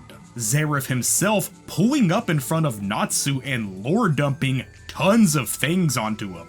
A trend that will continue throughout this whole arc. So to just get right into it, Natsu is actually Zeref's dead brother from over 400 years ago when they were both young kids. Zeref being unable to accept that death and spending his early years researching a way to possibly bring Natsu back to life, which apparently legit angered the god of the world, Ankh-Saram, it cursing Zeref with his death disease and any living thing that came close to him dying immediately. The curse's range and strength being based on how much love Zeref himself has for the world around him, wiping out thousands of people on accident and Zeref spending the rest of his unending life completely avoiding others, keeping to himself and living with that curse, until eventually meeting Mavis in Fairy Tail Zero, teaching her the magic that would eventually cause Mavis to be cursed like Zeref, them falling in love with each other due to their shared cursed existence. The thing is, due to this love, Zeref's curse overpowered Mavis, and despite her being immortal, she dies in Zeref's arms, technically, it breaking his brain more than it already was and setting him on the path that would lead the whole cast here. Now, between that moment and the current plot, a whole shitload of things happened. Things like Zeref creating Natsu in a tube to revive him and letting Igneel raise him. Things like the Dragon Slayers themselves being results of a 100-year-old war that involved Urza's mom, who is, like Aknologia, half human and half dragon. And majorly, things like Natsu, Gajeel, Wendy, Sting, and Rogue, the true Dragon Slayers, actually being from 400 years in the past. And it was never really that their dragons just vanished. The kids were sent forward without any memory of what happened. And of course, because Mashima has to connect everyone's parents with everything, Lucy's ancestor was the one who sent those kid slayers forward in time. Her mom in the current era being the one who helped bridge those times together. Meaning that Natsu, Lucy, and Urza all have weird family connections in this final battle. Mashima, even by his own admission, has a little issue with retconning himself. And in his words, there's tons of things he has ideas for, but no way or time to foreshadow them. So just instead, tosses them in casually and moves on. Things like Duran Bolt being a Fairy Tail member the whole time. Things like Gajeel having a council connection the whole time. Or Urza's mom being Irene and giving her a random connection to the mother of Dragon Slayers that doesn't really matter. And here at the end, I feel like it had become a little bit overbearing. I don't mind retcons. Stories are things that change and grow, like I had said. But after a certain point with all these little additions and so many things just happen to be connected to the main Fairy Tail members' families, major plot points plopping in out of nowhere but not really mattering, you start to discredit the story itself a bit. You get to a big reveal and instead of going, oh shit, you go, okay, sure. And that's not what you want in your story. You never want to get to a plot twist and go, whatever. Now, when it comes to the Dragon Slayers being from the past, this was hinted at in a way during the Laxus arc from way earlier. The Raijin tried casting a spell on the guild house that stops anyone over 80 years old from leaving to keep Makarov out of the fight. But both Natsu and Gajeel got trapped too. So whether it was the dragons being inside them or the fact that they just came from 400 years ago could have been a reason back then. But with Mashima's retconning, who knows? Putting all of these constant new plot additions aside and looking at the actual fighting of the arc, the Spriggan 12 who the cast is at war with is... Irene is cool despite her being an unnecessary mom to Urza, and I think the backstory with her Dragon Slayer past is actually really solid. even though the windy possession stuff is still pretty lame. And I really like the stuff with Larcade and August, the unknown child of Zareth and Mavis and also another bastard creation. But that's about all I really have to say when it comes to these 12 total enemies. Even if some of them look cool, the final battles of the cast were just getting kind of boring overall. Gildarts does finally return and get a big ass fight with August, and that was great since, like I said, August himself is a solid character. But I got nothing for the rest of these dudes. The most disappointing moment of the entire arc for me though, and I'm sure a lot of you too, is the building battle between Natsu and Gray, the End versus Demon Slayer showdown Mashima had been setting up. It being resolved in like, what, 2 chapters, with a big chunk of their fight actually technically happening off screen, before Urza busts in, tells them to stop, and they do, that tension between them being gone forever. Rival battles can be the coolest moments in any shonen, and by rival, I do mean teammates who argue as well and compete with each other. Ichigo and Ishida, Naruto and Sasuke, Goku and Vegeta. And when it comes to Natsu and Gray, both my and the fans' hype that was building for this battle was pretty intense. The fire and ice clash. And it just dissipates with barely any conflict. Like, yeah, we know they'd be friends again, it's fairy tale after all. But I figured it would take more than 2 chapters with a lot of that fight not being shown. The later shot of Natsu crying and asking Gray if they were still friends is really great though. This is sweet and reminds me that even when Mashima himself can be slippin', I still just really love this cast.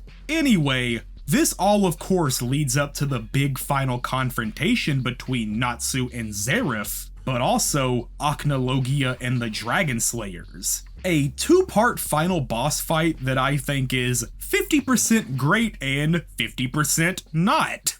Overall, looking at Fairy Tail as a whole, its cast of villains is a little meh in my eyes. Hades, Marred Gear, Future Rogue, like they look cool and do cool things, but as characters aside from that, I don't have any big thoughts about them. Hades does get a little more at least based on Fairy Tail Zero, so I do think there's that. However, with Zareth, Mashima was in his fucking bag because I love Zareth from start to end. He's someone with a huge love for the world and the people in it. Someone who wants to stop death from taking loved ones. But due to his curse of contradiction killing the things he loves, having to suppress his emotions for over 400 years and his mind fracturing from those contradictions, he's hard to predict, hard to read, and super entertaining. He loved Mavis, and that love killed her when it was thought she could never die. He hid away from the world to never kill again and was forced outside by humans. And now, beaten, broken, aged, and angry at God itself, he's just lost his shit and is giving in to the curse that's ruled his life. The love of both Mavis and Natsu being the only things that can contradict his contradictions. I don't know, man. Zareth rules. I love the dude. And he only gets cooler when right after him, the real final boss, Aknologia, kinda sucks total ass. With all the short-sighted writing choices and last-minute plot twists in Fairy Tail, the end result has come in the form of Aknologia, a final boss with absolutely no presence in the plot. And now at his point of being the big bad, still gets barely anything to him at all other than he's an evil dragon dude that's lived a long time, forcing Natsu and the other dragon slayers into a parallel void to devour their power. The 7 slayers teaming up to take him on and, like many other arcs, them all giving their power to Natsu so he can eat it and win the fight. The classic Mashima special. Now, cool shots of the Dragon Slayer combos aside, I feel nothing for this moment because, well, Aknologia himself barely exists. First appearing on Tenro Island, one more time during Tartaros, and now here at the end, he's got no backstory, no main current story, nothing at all other than he's super strong and big evil. And man, compared to Zeref right before him, Mashima probably should have swapped their fights so this conclusion didn't feel so flat. And that's a shame considering how good that Zeref stuff was. Overall, on this second big experience of Fairy Tail I've done for the video, I didn't really mind the worst parts of Alvarez. All the random family connections, the Spriggan 12 being mostly disappointing, and the Wizard Saints being actual nobodies. Natsu getting the silly Goku heart disease, and the flop of a fight between him and Gray. Makarov's death just getting turned around for some reason that's not really clear. I can look over it all for the big fun shonen fighting surrounding it. But when it concludes on a wet-ass fart of an enemy after the bright spot that was Zeref, I can't blame the internet at large for being upset with this ending. It's both satisfying and unsatisfying at the same time. But that said, and the compounding issues finally hitting their breaking point, that doesn't detract from the ride here from me. That doesn't devalue those early super fun arcs. Those badass fights and seeing the guild members grow closer as they took on whoever came at them. Fairy Tail's got its issues. It's full of plot holes, plot contrivances, and just bad plot writing at times. It values short-form hype over long-term storytelling. The stakes themselves never feel as high as they should, and so many fatal attacks and major deaths just get kinda walked back. But after fully reading the manga for the first time and getting an opinion that isn't based on the anime, which is a really not great adaptation overall, it's still a high 8 out of 10 for me, maybe even a 9 honestly. It's just dumb, raw fun, and sometimes that's all you need, man. It ain't gotta be super deep or aim for the stars. Every once in a while, it's alright to just kick back with a great cast and enjoy the ride. Oh, and if you really enjoy that ride, 100-Year Quest now exists. Taking place after the end of the main story, Natsu and crew set out to uncharted territory to take on a century quest. Something that's supposed to take up to 100 years to complete. The quest Gildart started and lost his arm and organs on, never finishing. Continuing the guild's adventures into now in 2025. Can't comment much on it myself because I'm saving a read of it until it's completely over, but I'm just as hype as I would be for the next mainline Fairy Tail chapter. I know it's got stuff like Igneal's son in it and a bunch more dragon gods, so that's got me pretty curious. I know people are probably hearing this and think I might be too forgiving or letting Mashima's bad habits slide, like I'm not critiquing them enough for diving into the problems of Fairy Tail. And yeah, you might be right, but don't worry, that's where the final chapter of this video comes in. So with that, let's talk about the most recently completed work by old Mashima, the big universe-spanning adventure of Eden's Zero.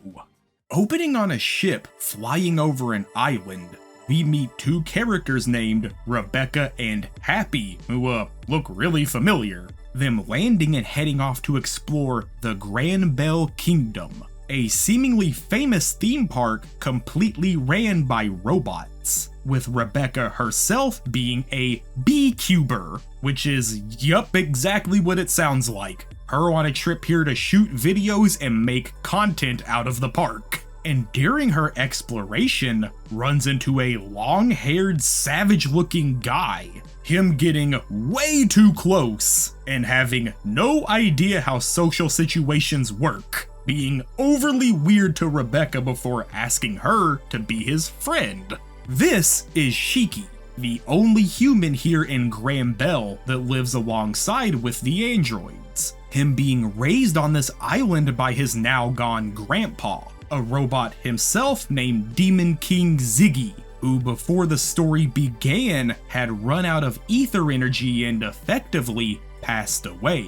Shiki living here with the rest of the kingdom's robots and never having seen another human, wanting more than anything to just be friends with Rebecca since that's something he had never had the chance to have before. While Rebecca just feels kind of sorry for this weird ass kid that's bouncing all over the place. Also, she cuts his hair when he falls asleep and he now looks suspiciously like another character of Mashima's. Also, if you can't tell between Haru and Gale, Natsu and Igneel, and now Shiki with Grandpa Ziggy, Mashima usually gives his protags a backstory involving, one way or another, the death of their father figures. Obviously something relating back to his own childhood. But anyway, some things happen and the robots, wanting to send Shiki off on his own to find more in life than just living here in a dying theme park,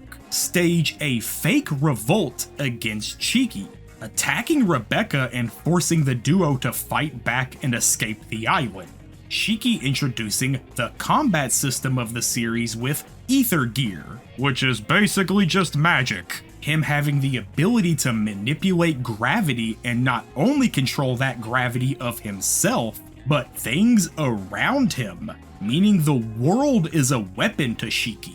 Him altering the gravity around himself and flying hyper fast to smack the shit out of enemies. With the two escaping the fake evil robots and into Rebecca's ship, they take off into the sky and then, it being a fun little twist if you didn't already know, off further into space, with the story of Eden Zero being a full-scale sci-fi space adventure. These newfound friends going on a quest that not only spans the cosmos, but also reality itself.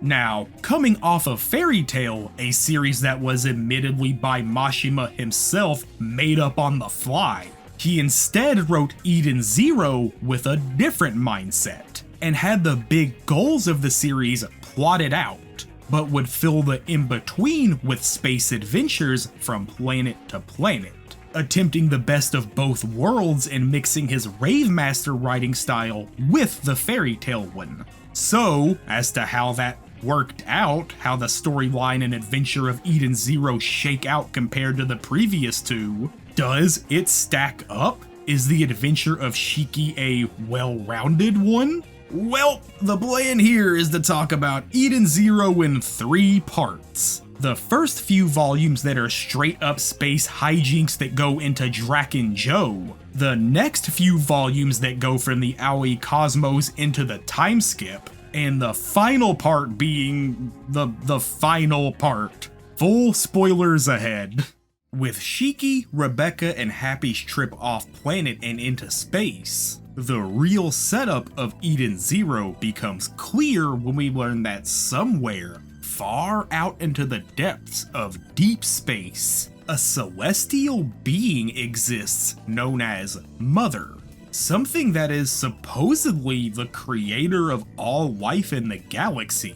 And if you were to track Mother down somewhere out there, she will grant you any wish. The space pirate Elsie, who looks familiar, basically gifting Shiki a ship named the Eden Zero, saying it was something that Demon King Ziggy had asked her to do before living out his final days with Shiki.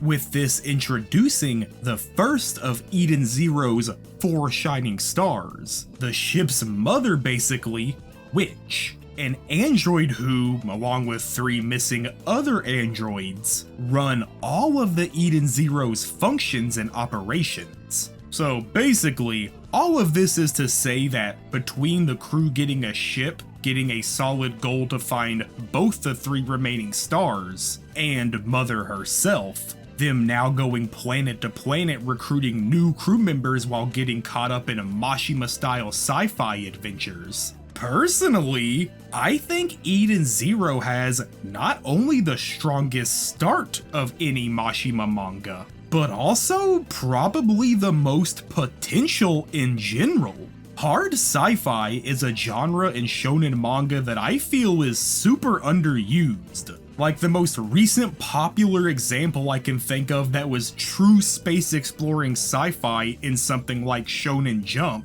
was Samurai 8, and we all know how that went. But thankfully that list has grown larger these last few years. Mashima taking that genre and mixing his tried and true shonen battles in, his art able to convey those fights just as amazingly as before here with Shiki and the crew, all combined to set the stage for something kind of amazing in my eyes. Able to mix both fantastical ether gear based fights and large scale space warfare. Real Star Wars Episode 3 type shit.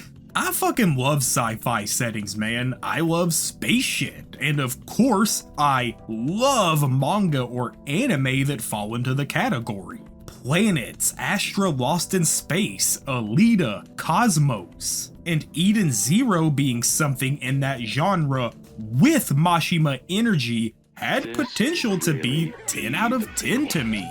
Combat-wise, Ether Gear, like I said, is just basically magic, usually with a little more technological or astral slant to it. Things like Wise rebuilding machines on the fly and upgrading their internal systems, or Jin using his cybernetic upgrades to generate wind currents out of his own body to throw at enemies, with all of the Ether Gear users having the potential to send it into overdrive. It basically being a full-on Super Saiyan mode, giving them new designs and new strength. Mashima mixing in his always fun combat ideas with these high-tech forms and attacks that, even if in theory are super similar to magic from Fairy Tail, still find ways to stand out and feel unique in their own manner apart from your common water or fire wizard. Now, as I've been hinting throughout and mentioned a little bit earlier, a huge criticism against both Mashima and his manga is the completely shameless and, most of the times, extremely bold reuse of character designs, naming conventions, plot structures. Like, bro digs into his own backpack non-stop and whips out the same bag of tricks over and over. People call this lazy or uninspired, and I do think there are some things that make me roll my eyes. Like bringing back the Oration Seis once again and adding Galactica at the end, but also creating a second Oration Seis group with Interstellar at the end? Like, you really couldn't even come up with one extra name here? On the flip of that though, things like Etherion, the code 3173, the attack named Grand Chariot, those don't bother me at all. I think there's charm to it since it's so much more underplayed, it being one of those Easter eggs. But where I do stand split 50-50 is on the design choices. Obviously, Shiki is just Natsu again, but with dark hair.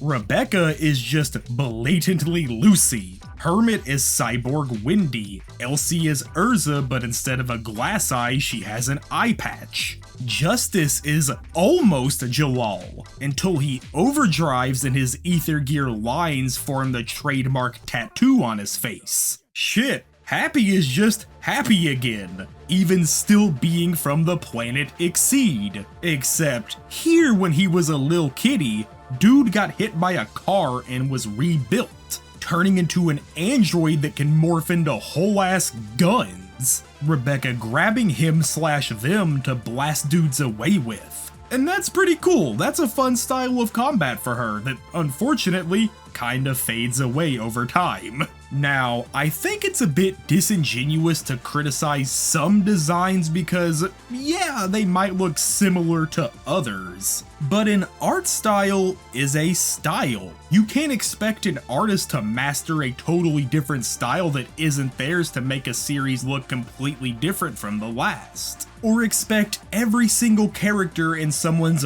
long career to be totally unique from the other. Even the greats out there like Urasawa have their own tropes. Dr. Tenma is gonna show up in every one of his manga one way or another. But Rebecca/Lucy and Elsie/Urza really do push the limits on plagiarizing yourself. Now, to be fair though, Eden Zero does show that he can still totally make new and unique designs in his own style. Laguna, I think, is one of the best looking characters he's ever created. I love everything about him. And if you showed me that design out of context, Mashima wouldn't even be my first guess as to who drew him. And with this being a space series in general, it gives him free range to just design anyone however. Which sure, the end of Fairy Tail and a bunch of Rave Master does just totally have full non-humans in it. But here, it fits this massive universe so well. Anyone can just be anything because you're on a different planet. And for these first volumes, I really do think all of this mixes together to make some of the coolest manga Mashima has ever made. The crew dealing with cool sci-fi things like the chronophage, a weird space being that devours the time of planets, meaning it can eat, say, 50 years from a planet and somehow time itself just reverses 50 years. But only on that planet, like a weird localized rift in reality. Meaning two versions of the same person can technically exist if one was off-world during the chronophage's attack. There's the planet Digitalis, it being a former VR game world that, due to its AI developing over time, the NPCs gained sentience and the planet itself became a fully recognized world in the galaxy. People with physical bodies only able to even land on it by entering a VR world headset, creating a character and exploring a fully digital planet that also exists in space itself, with digital people who are technically living. And that's just cool as shit. Mashima's galaxy is full of interesting things like this. The cosmos themselves having their own forms of space, like the Sakura cosmos being full of flowing sakura leaves and giant robo-space dragons. The Aoi cosmos having crashing waves and ocean waters flowing through it. Or the Yukino cosmos that's like a space-based winter wonderland. I mean, no matter what, the galaxy itself always feels cool and interesting, even if some of the story arcs don't do as much as they could with these places. One of those early sci-fi additions is the character Zhao Mei, a straight-up story narrator who talks to the reader about what's going on, but also being a character in that story. A weird universal anomaly who stands outside of reality, able to see and know almost everything in the universe while also being a trademark Mashima weirdo. Personally, I liked Zhao Mei. It was a meta thing that I enjoyed overall since she was a real person Shiki and the crew met. But it does feel like Mashima didn't know what to do with her after that first big introduction, because in the story, that's all she ever does. Also, the early cast members who joined the crew are just in general really solid, like Witch, Sister, Homura, and Hermit. They're all great and make for not only good characters, but they serve a larger purpose in the ship itself, basically being the eyes, ears, and arms of the Eden Zero, making this feel more like a space adventuring crew, a group where each person has a role on the ship, the team eventually running across a member of the Eration Seis Galactica, Draken Joe. him kidnapping Rebecca for unknown reasons, and the Eden's crew launching an assault on his home planet. It being the first real major arc of the series, and the one that would set up some pretty interesting plot stuff. So, the Drac and Joe arc is, by all means, just a really solid series of battles. Him having his Element 4 to fight against the crew and trying to figure out how Rebecca's ether gear works. His elemental mercenaries beating the shit out of the Eden's crew and capturing Shiki. Up to this point, Rebecca had been developing powers of her own, bathing in the Eden's ether spa while also training there naked. Mashima and his horniness can no longer be contained. Now able to jump super fast and kick super hard with the power of Cat Leaper. And also showcasing Mashima's very obvious foot fetish on full display. But besides that speed boost, it seems like at certain moments, her power has rewound time itself. Like when she was supposed to possibly get seriously injured, time leaped backwards and she remembered what just went down, able to avoid that near-death issue. With Draken, after capturing her, claiming that power can do a lot more than just hop back a few minutes. But Rebecca is actually hopping between universes. Guildmaster of Blue Garden Noah claiming that this power has been unconsciously activating whenever Rebecca's life was about to end. And with 28 previous times now, she is in the 29th version of the universe. Draken straight up shooting Shiki in the head and causing her to jump to number 30. Her power activating on accident from the panic of losing her best friend. Rebecca going back before the assault and letting her plan with the crew on how to win the fight since she saw them lose, knows the tactics, and now can counterattack.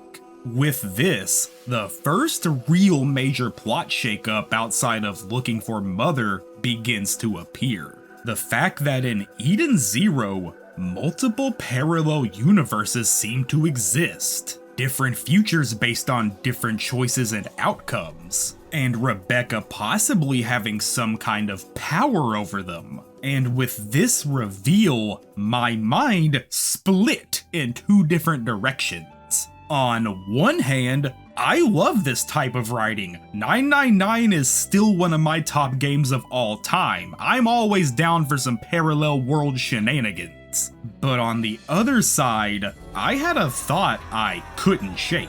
Up to this point, Eden Zero had been surprisingly dark in spots. Things like Homura on her quest to track down the master that raised her, Valkyrie, only to find her corpse and have to deal with her piece of shit mom that caused Valkyrie's death and the suffering of thousands. Or even going back to the start with the machines faking their revolt against Shiki, him setting out on his adventure and them dying after seeing him off.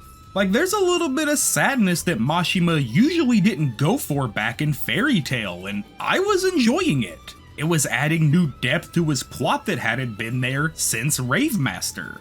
But with Shiki getting headshotted and Rebecca time-skipping back to save him, with that time skip being revealed to technically be a new universe, a pit immediately opened in my stomach, and my brain said, oh no.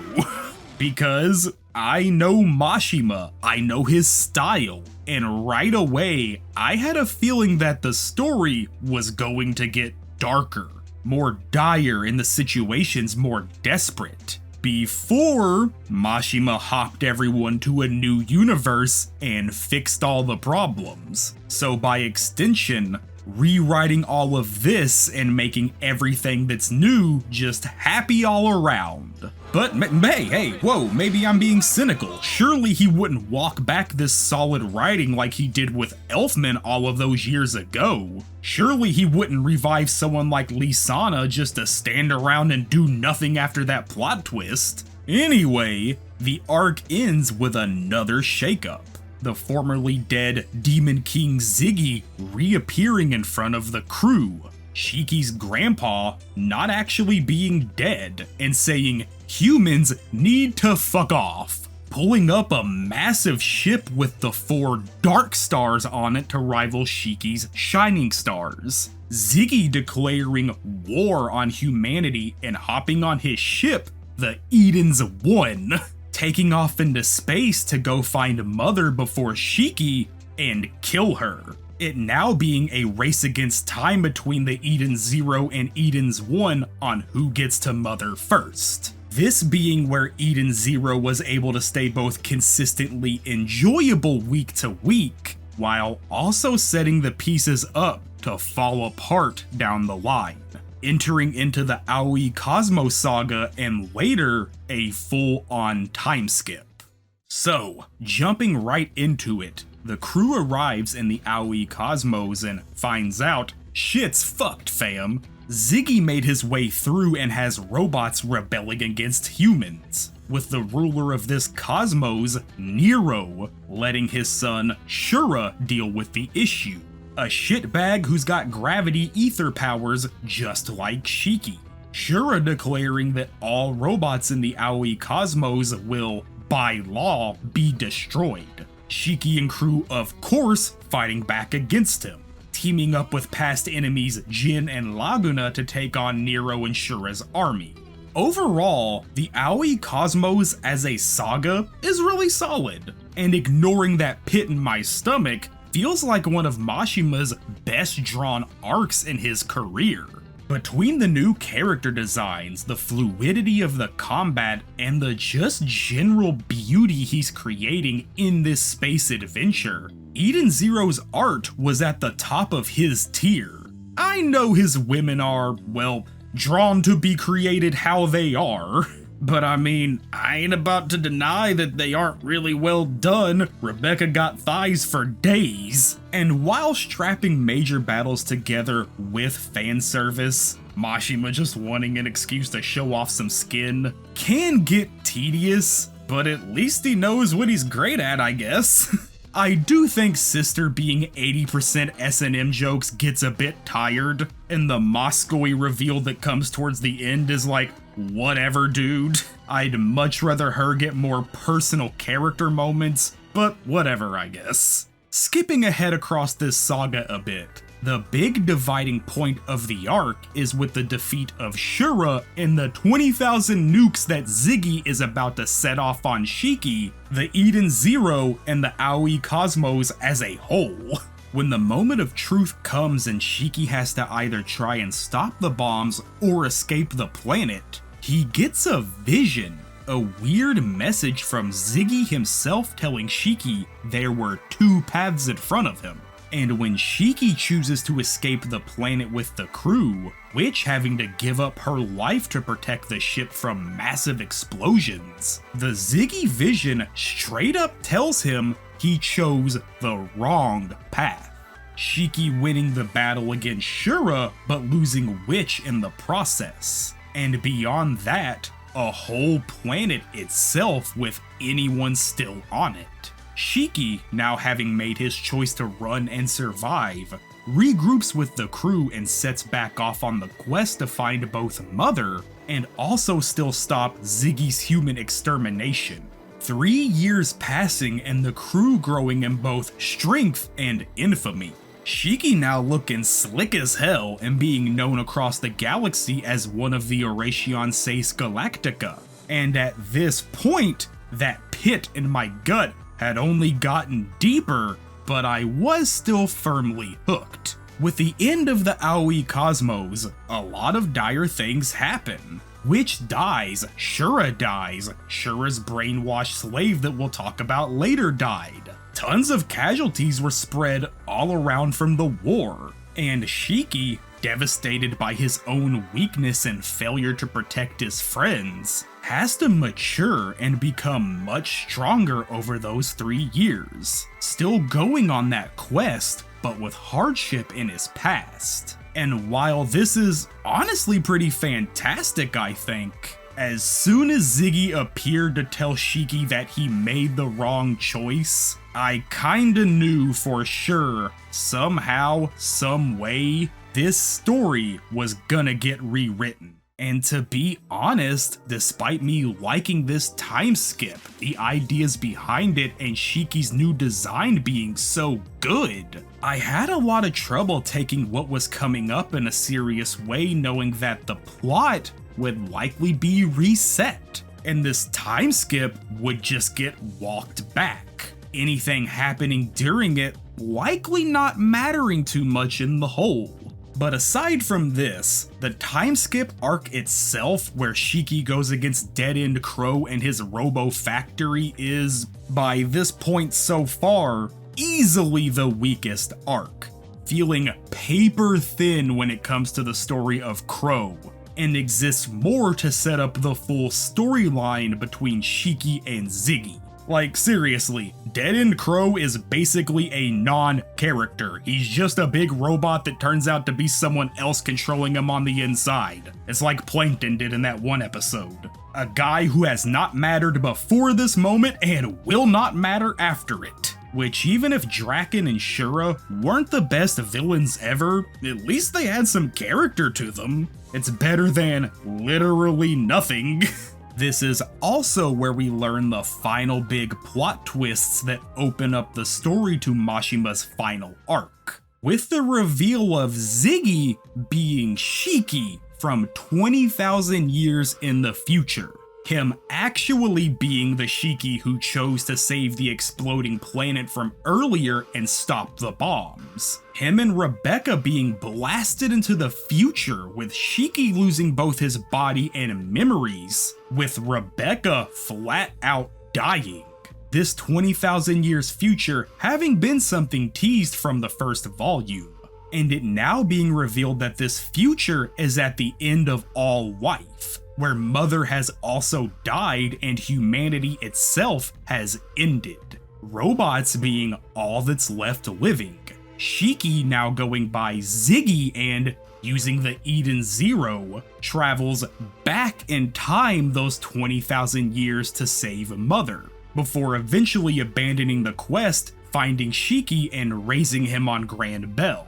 But, yes, another but, unknowingly to Shiggy, he was being possessed by an evil sentient AI who had traveled from the future with him, it living inside the ship and becoming the will of the Eden's One, meaning that Shiggy isn't the big final boss. An AI who we just learned about is, and he's actually a living spaceship.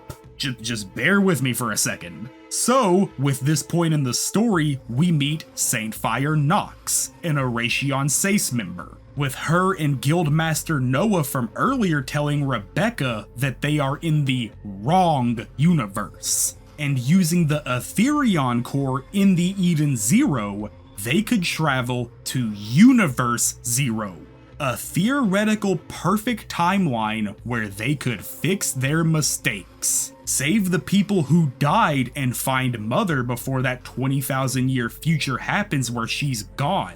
The crew coming together in the ship, activating Etherion and, well, hopping timelines over to Universe Zero, the supposed perfect timeline. And, that was a lot of things that just happened. Mashima claims that from the start, Ziggy was always planned to be Shiki, and outside of that, other big plot twists coming up were ideas that he had for a while. Things, of course, like Universe Zero, him teasing it throughout the series in one way or another. And it's a shame because, I don't think a lot of these plot drops are that good. Now, Ziggy being the villain was a solid twist, but doing a double rug pull that not only was he Shiki, he's also got an evil AI in him, and it's just a lot to accept, especially when you add in the fact that there's a whole 20,000 back and forth year time jump involved. resolved, this all being surrounded and presented in an arc that was the weakest this far with Dead End Crow. And now with Universe Zero, Shiki and crew jumping to the past of a new timeline and the first chapter repeating itself, that means that the whole manga we've just read, the emotional moments, the dire circumstances, and actually upsetting deaths are gone. It's all got the chance to just be fixed now, and that's that. Oh, but not only is it that perfect, the bad things that happen before the story are changed as well. Things like Valkyrie being alive, Homura's mom being nice, Shiki's robo hometown not going crazy on him.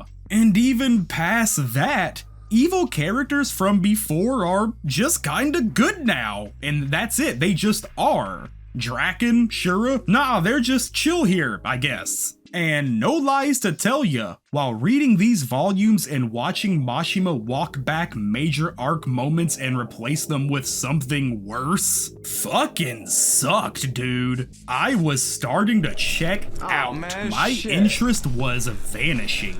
And even if the art was as great as always, Eden Zero had just lost all of its sauce. By this point as well, with a full timeline jump and Mashima himself saying the story was in its climax, I started to think about the tons of things here that barely got time to shine or went nowhere at all. Jin and his sister Kline are both super cool characters, with Jin and Shiki's fight from like volume 3 being one of the best fights in the whole manga. Them throwing punches and flying between moving traffic on a busy highway whipped shit. But after their stuff with Mueller early on, they kind of just stand around and look cool for the rest of the series. Oh, and Mueller himself, or Mueller or whatever, sucks ass. I know Mashima wanted to write a hateable guy, and that's for sure fine, but bringing him back 3 times to be a villain was too much for someone this lame. Up until this point, Mashima had spent over 20 volumes setting up legit great stories and sad interactions between the cast. Things like Shura brainwashing his secretary through torture, her dying with him because her brain had broken and she truly loved his crazy ass. But now, she just has him whipped and Shura is just kind of an asshole and not an evil shitbag. Homura not being able to save Valkyrie, facing her evil mom and growing into the Sword of Eden Zero. Having to take her losses in stride was super good, and it made me like Homura even more. But now, not only was Valkyrie alive, her mom was just a nice person, and that's that. Valkyrie herself doing absolutely nothing for the rest of the series. Like, why bring her back and not give her anything? I don't get it. This actually really upset me. I'm still pissed about this. And the thing about all of this is that it just is.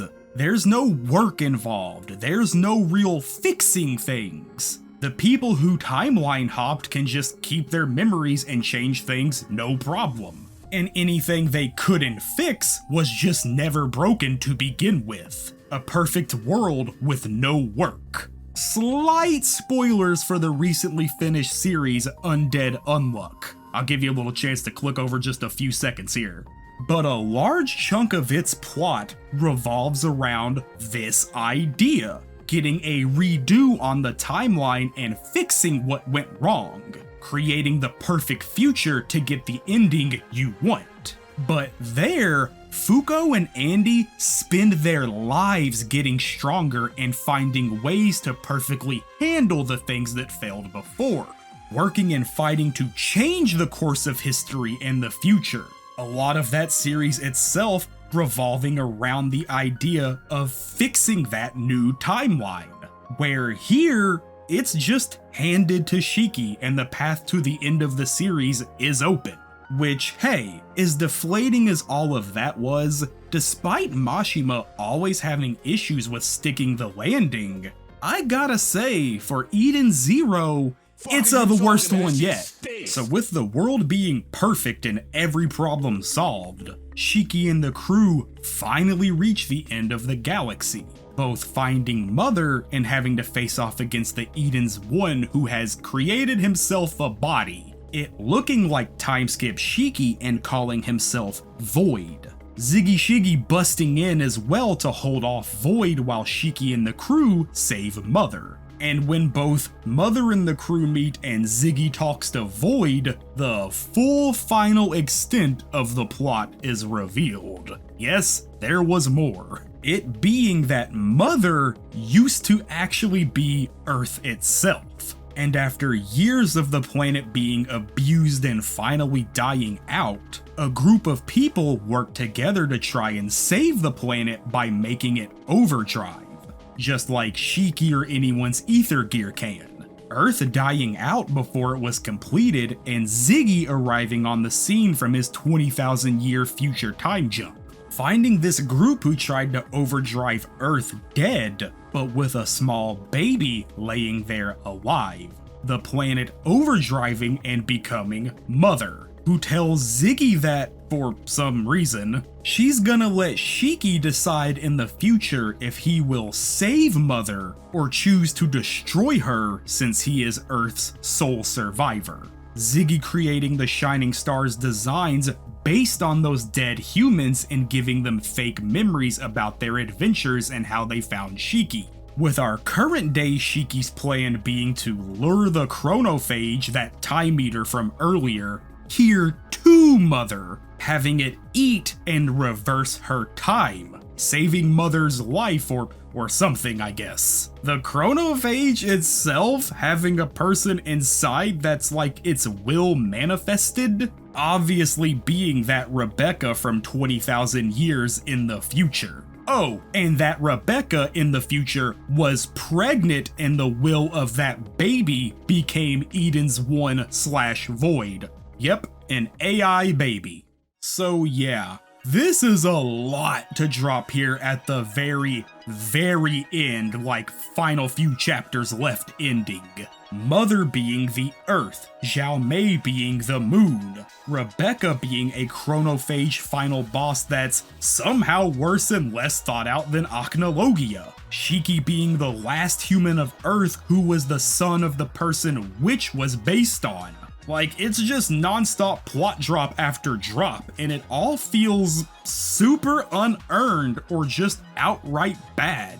Especially when the lead up to these moments had gotten so rough and rushed. Void, the final boss I guess, has next to no character. He's one of the worst final shonen bosses I've ever seen. Like Muzan Demon Slayer had more going on than this guy. And giving the chronophage an endless/Acnologia level presence for a true final boss fucking sucks. Like, for all I shit on him earlier, at least Acnologia was around at some points. At least he fit into the story and you knew he existed even if it never really mattered. This is just, I don't know. Having two main villains that both suck this bad is really depressing. The story itself just ending on a happy note with all of the Earthlings coming back to life and Rebecca having a kid with Shiki. Pino's wish of being human not coming true, but also not dying. So it's fine, I guess. Eden Zero having one of the flattest endings I've seen in a minute. The last so many volumes almost feeling like wasted time, leaving me wanting so much more from things like the GIA and Noah, both Oration Seis groups. The super interesting universe itself and that fun early planet exploration adventuring that just vanished. And even though I didn't talk much about them, don't get me started on Elsie and Justice. Them having a really solid hatred and romance with each other, dying in that really strong and sweet way, just to rewrite it in Universe Zero and make their reappearance a one-off gag, was like a shot directly to my throat. I don't understand why it had to be like this. Also, Justice ended up being the worst of the Seed clones. Bro does nothing. Also, what happened to Pino? Mashima made her the new mascot character with massive plot connections, and just kind of ignored her for most of the series' back half. The part of the story when she would likely need to be around the most due to her connection with Ziggy. You're probably hearing all of this and asking, so why did you read it all if you're this upset? Why make this video so long about it? And mainly, outside of loving Mashima and his art regardless of story quality, Eden Zero had so much potential. It could have been his best series. It could have left a lasting impression on manga due to it being a big name shonen sci-fi space adventure. But instead, it has no legacy. It's got no sizable fan base. It's just done and unfortunately likely to be forgotten about over time. And god dude, that's lame. Mashima has commented on how busy he stays, working on main manga, one-shots for promotions, video games, anime, traveling for the job. His team is large and his schedule is packed. And with how much of Eden Zero seemed to just go by the wayside as he got busier, 2 volumes towards the end, not even getting real unique covers technically, him instead using chapter color spreads because there was just no time for him to draw a fresh cover. And man, I don't know, maybe that plate needs to be reduced a bit and his attention refocused. There's for sure people like me who will still praise those good times in Eden Zero and recommend it to you just for that early adventure. But overall, it missed the mark by a space mile, and I will forever be upset about it.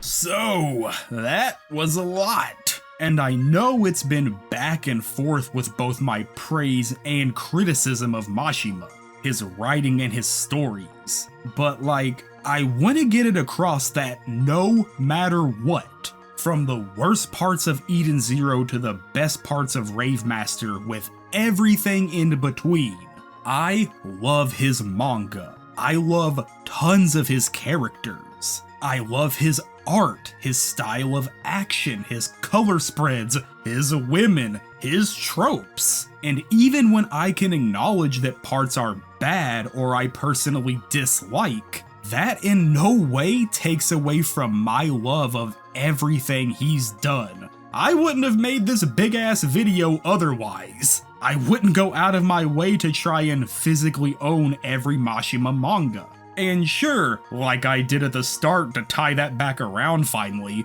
you could compare his stuff to popcorn, that bland filler food that relies on other things to spice it up. But no matter what, his shit speaks to my soul, for better or worse, and will likely always fire me up. Real shit though, read Rave Master, like real shit, go do that. Before I bounce the fuck out of here, if you want to read these today in 2025, you've got a few options. For Rave Master, unfortunately the Tokyo Pop printing was not only a rough translation, it was cancelled at 32 volumes when Tokyo Pop went bankrupt. Kodansha printing a final 3-in-1 volume omnibus one total time it seems, putting the rest of the series online to buy digitally and calling it a day. Meaning there are totally decent online scans for Rave, but physically, good luck, these bitches cost a mint. And past that, the ones you're likely to find are in rough shape due to being over 20 years old. For Fairy Tail, it being such a smash hit, has a still in-print physical run, box sets to collect it all at once, and is now getting a full 3-in-1 release, the same new style of Omni that Kodansha's recently done for Noragami or 7 Deadly Sins. They're solid quality, I have a few of these myself, I recommend them. 100 Year Quest of course is ongoing while recording this and getting printed as it releases, so it'll probably stay around totally available. Also at the time of this recording, Eden Zero is still finishing up its print run here in the West, but is totally available anywhere, just like Fairy Tail. Obviously, I own most all of Mashima's English printed stuff, And these series aside, you have Monster Hunter O-Rage, Monster Soul, Mashima's Playground, which is just a big omnibus of his one-shots, and now the recently released Dead Rock, his current series, which is also his very first mainline monthly run, following the story of a demon prince in a hell school with a goal to kill God. Very Mashima core right from minute one, looking at the art and everything going on with the combat, but obviously a bit darker and more violent than his usual stuff, likely since it's both monthly and about killing God. Excited to see where it goes, honestly. I wonder if Mashima will write a violently dark series and not walk it back. Unfortunately, just like Rave Master, O-Rage and Monster Soul are also out of print, and they can get costly online, so read them however you want. And I know I usually talk about the anime for the series I review, but I'm just gonna be honest, I don't have many fond feelings for any of these three anime. Rave Masters is really bad, Fairy Tales is not much better but at least has a great OST and does things to make the side guild members feel more important, and Eden Zero is the definition of a 2020s anime. Looks totally serviceable, not much else to talk about, like it's fine if you want to watch it. I know that might seem short, but obviously a huge chunk of this video is me going, I love Mashima's art! And when you subtract that from his stuff, it gets significantly less enjoyable in my eyes. Thanks for sticking around this long. I know Mashima is kind of controversial and disliked for all kinds of reasons, but I can't help it. He's my dude. I'll be back soon with hopefully something shorter. I gotta stop doing such big videos. I'm sure it's not good for the algorithm. I want to talk about Kiseki / Trails soon since I'm on game 10. Anyone interested in that? Also American comics. I got a comic collection. I gotta get on that soon too. Let me know below. Anyway, later.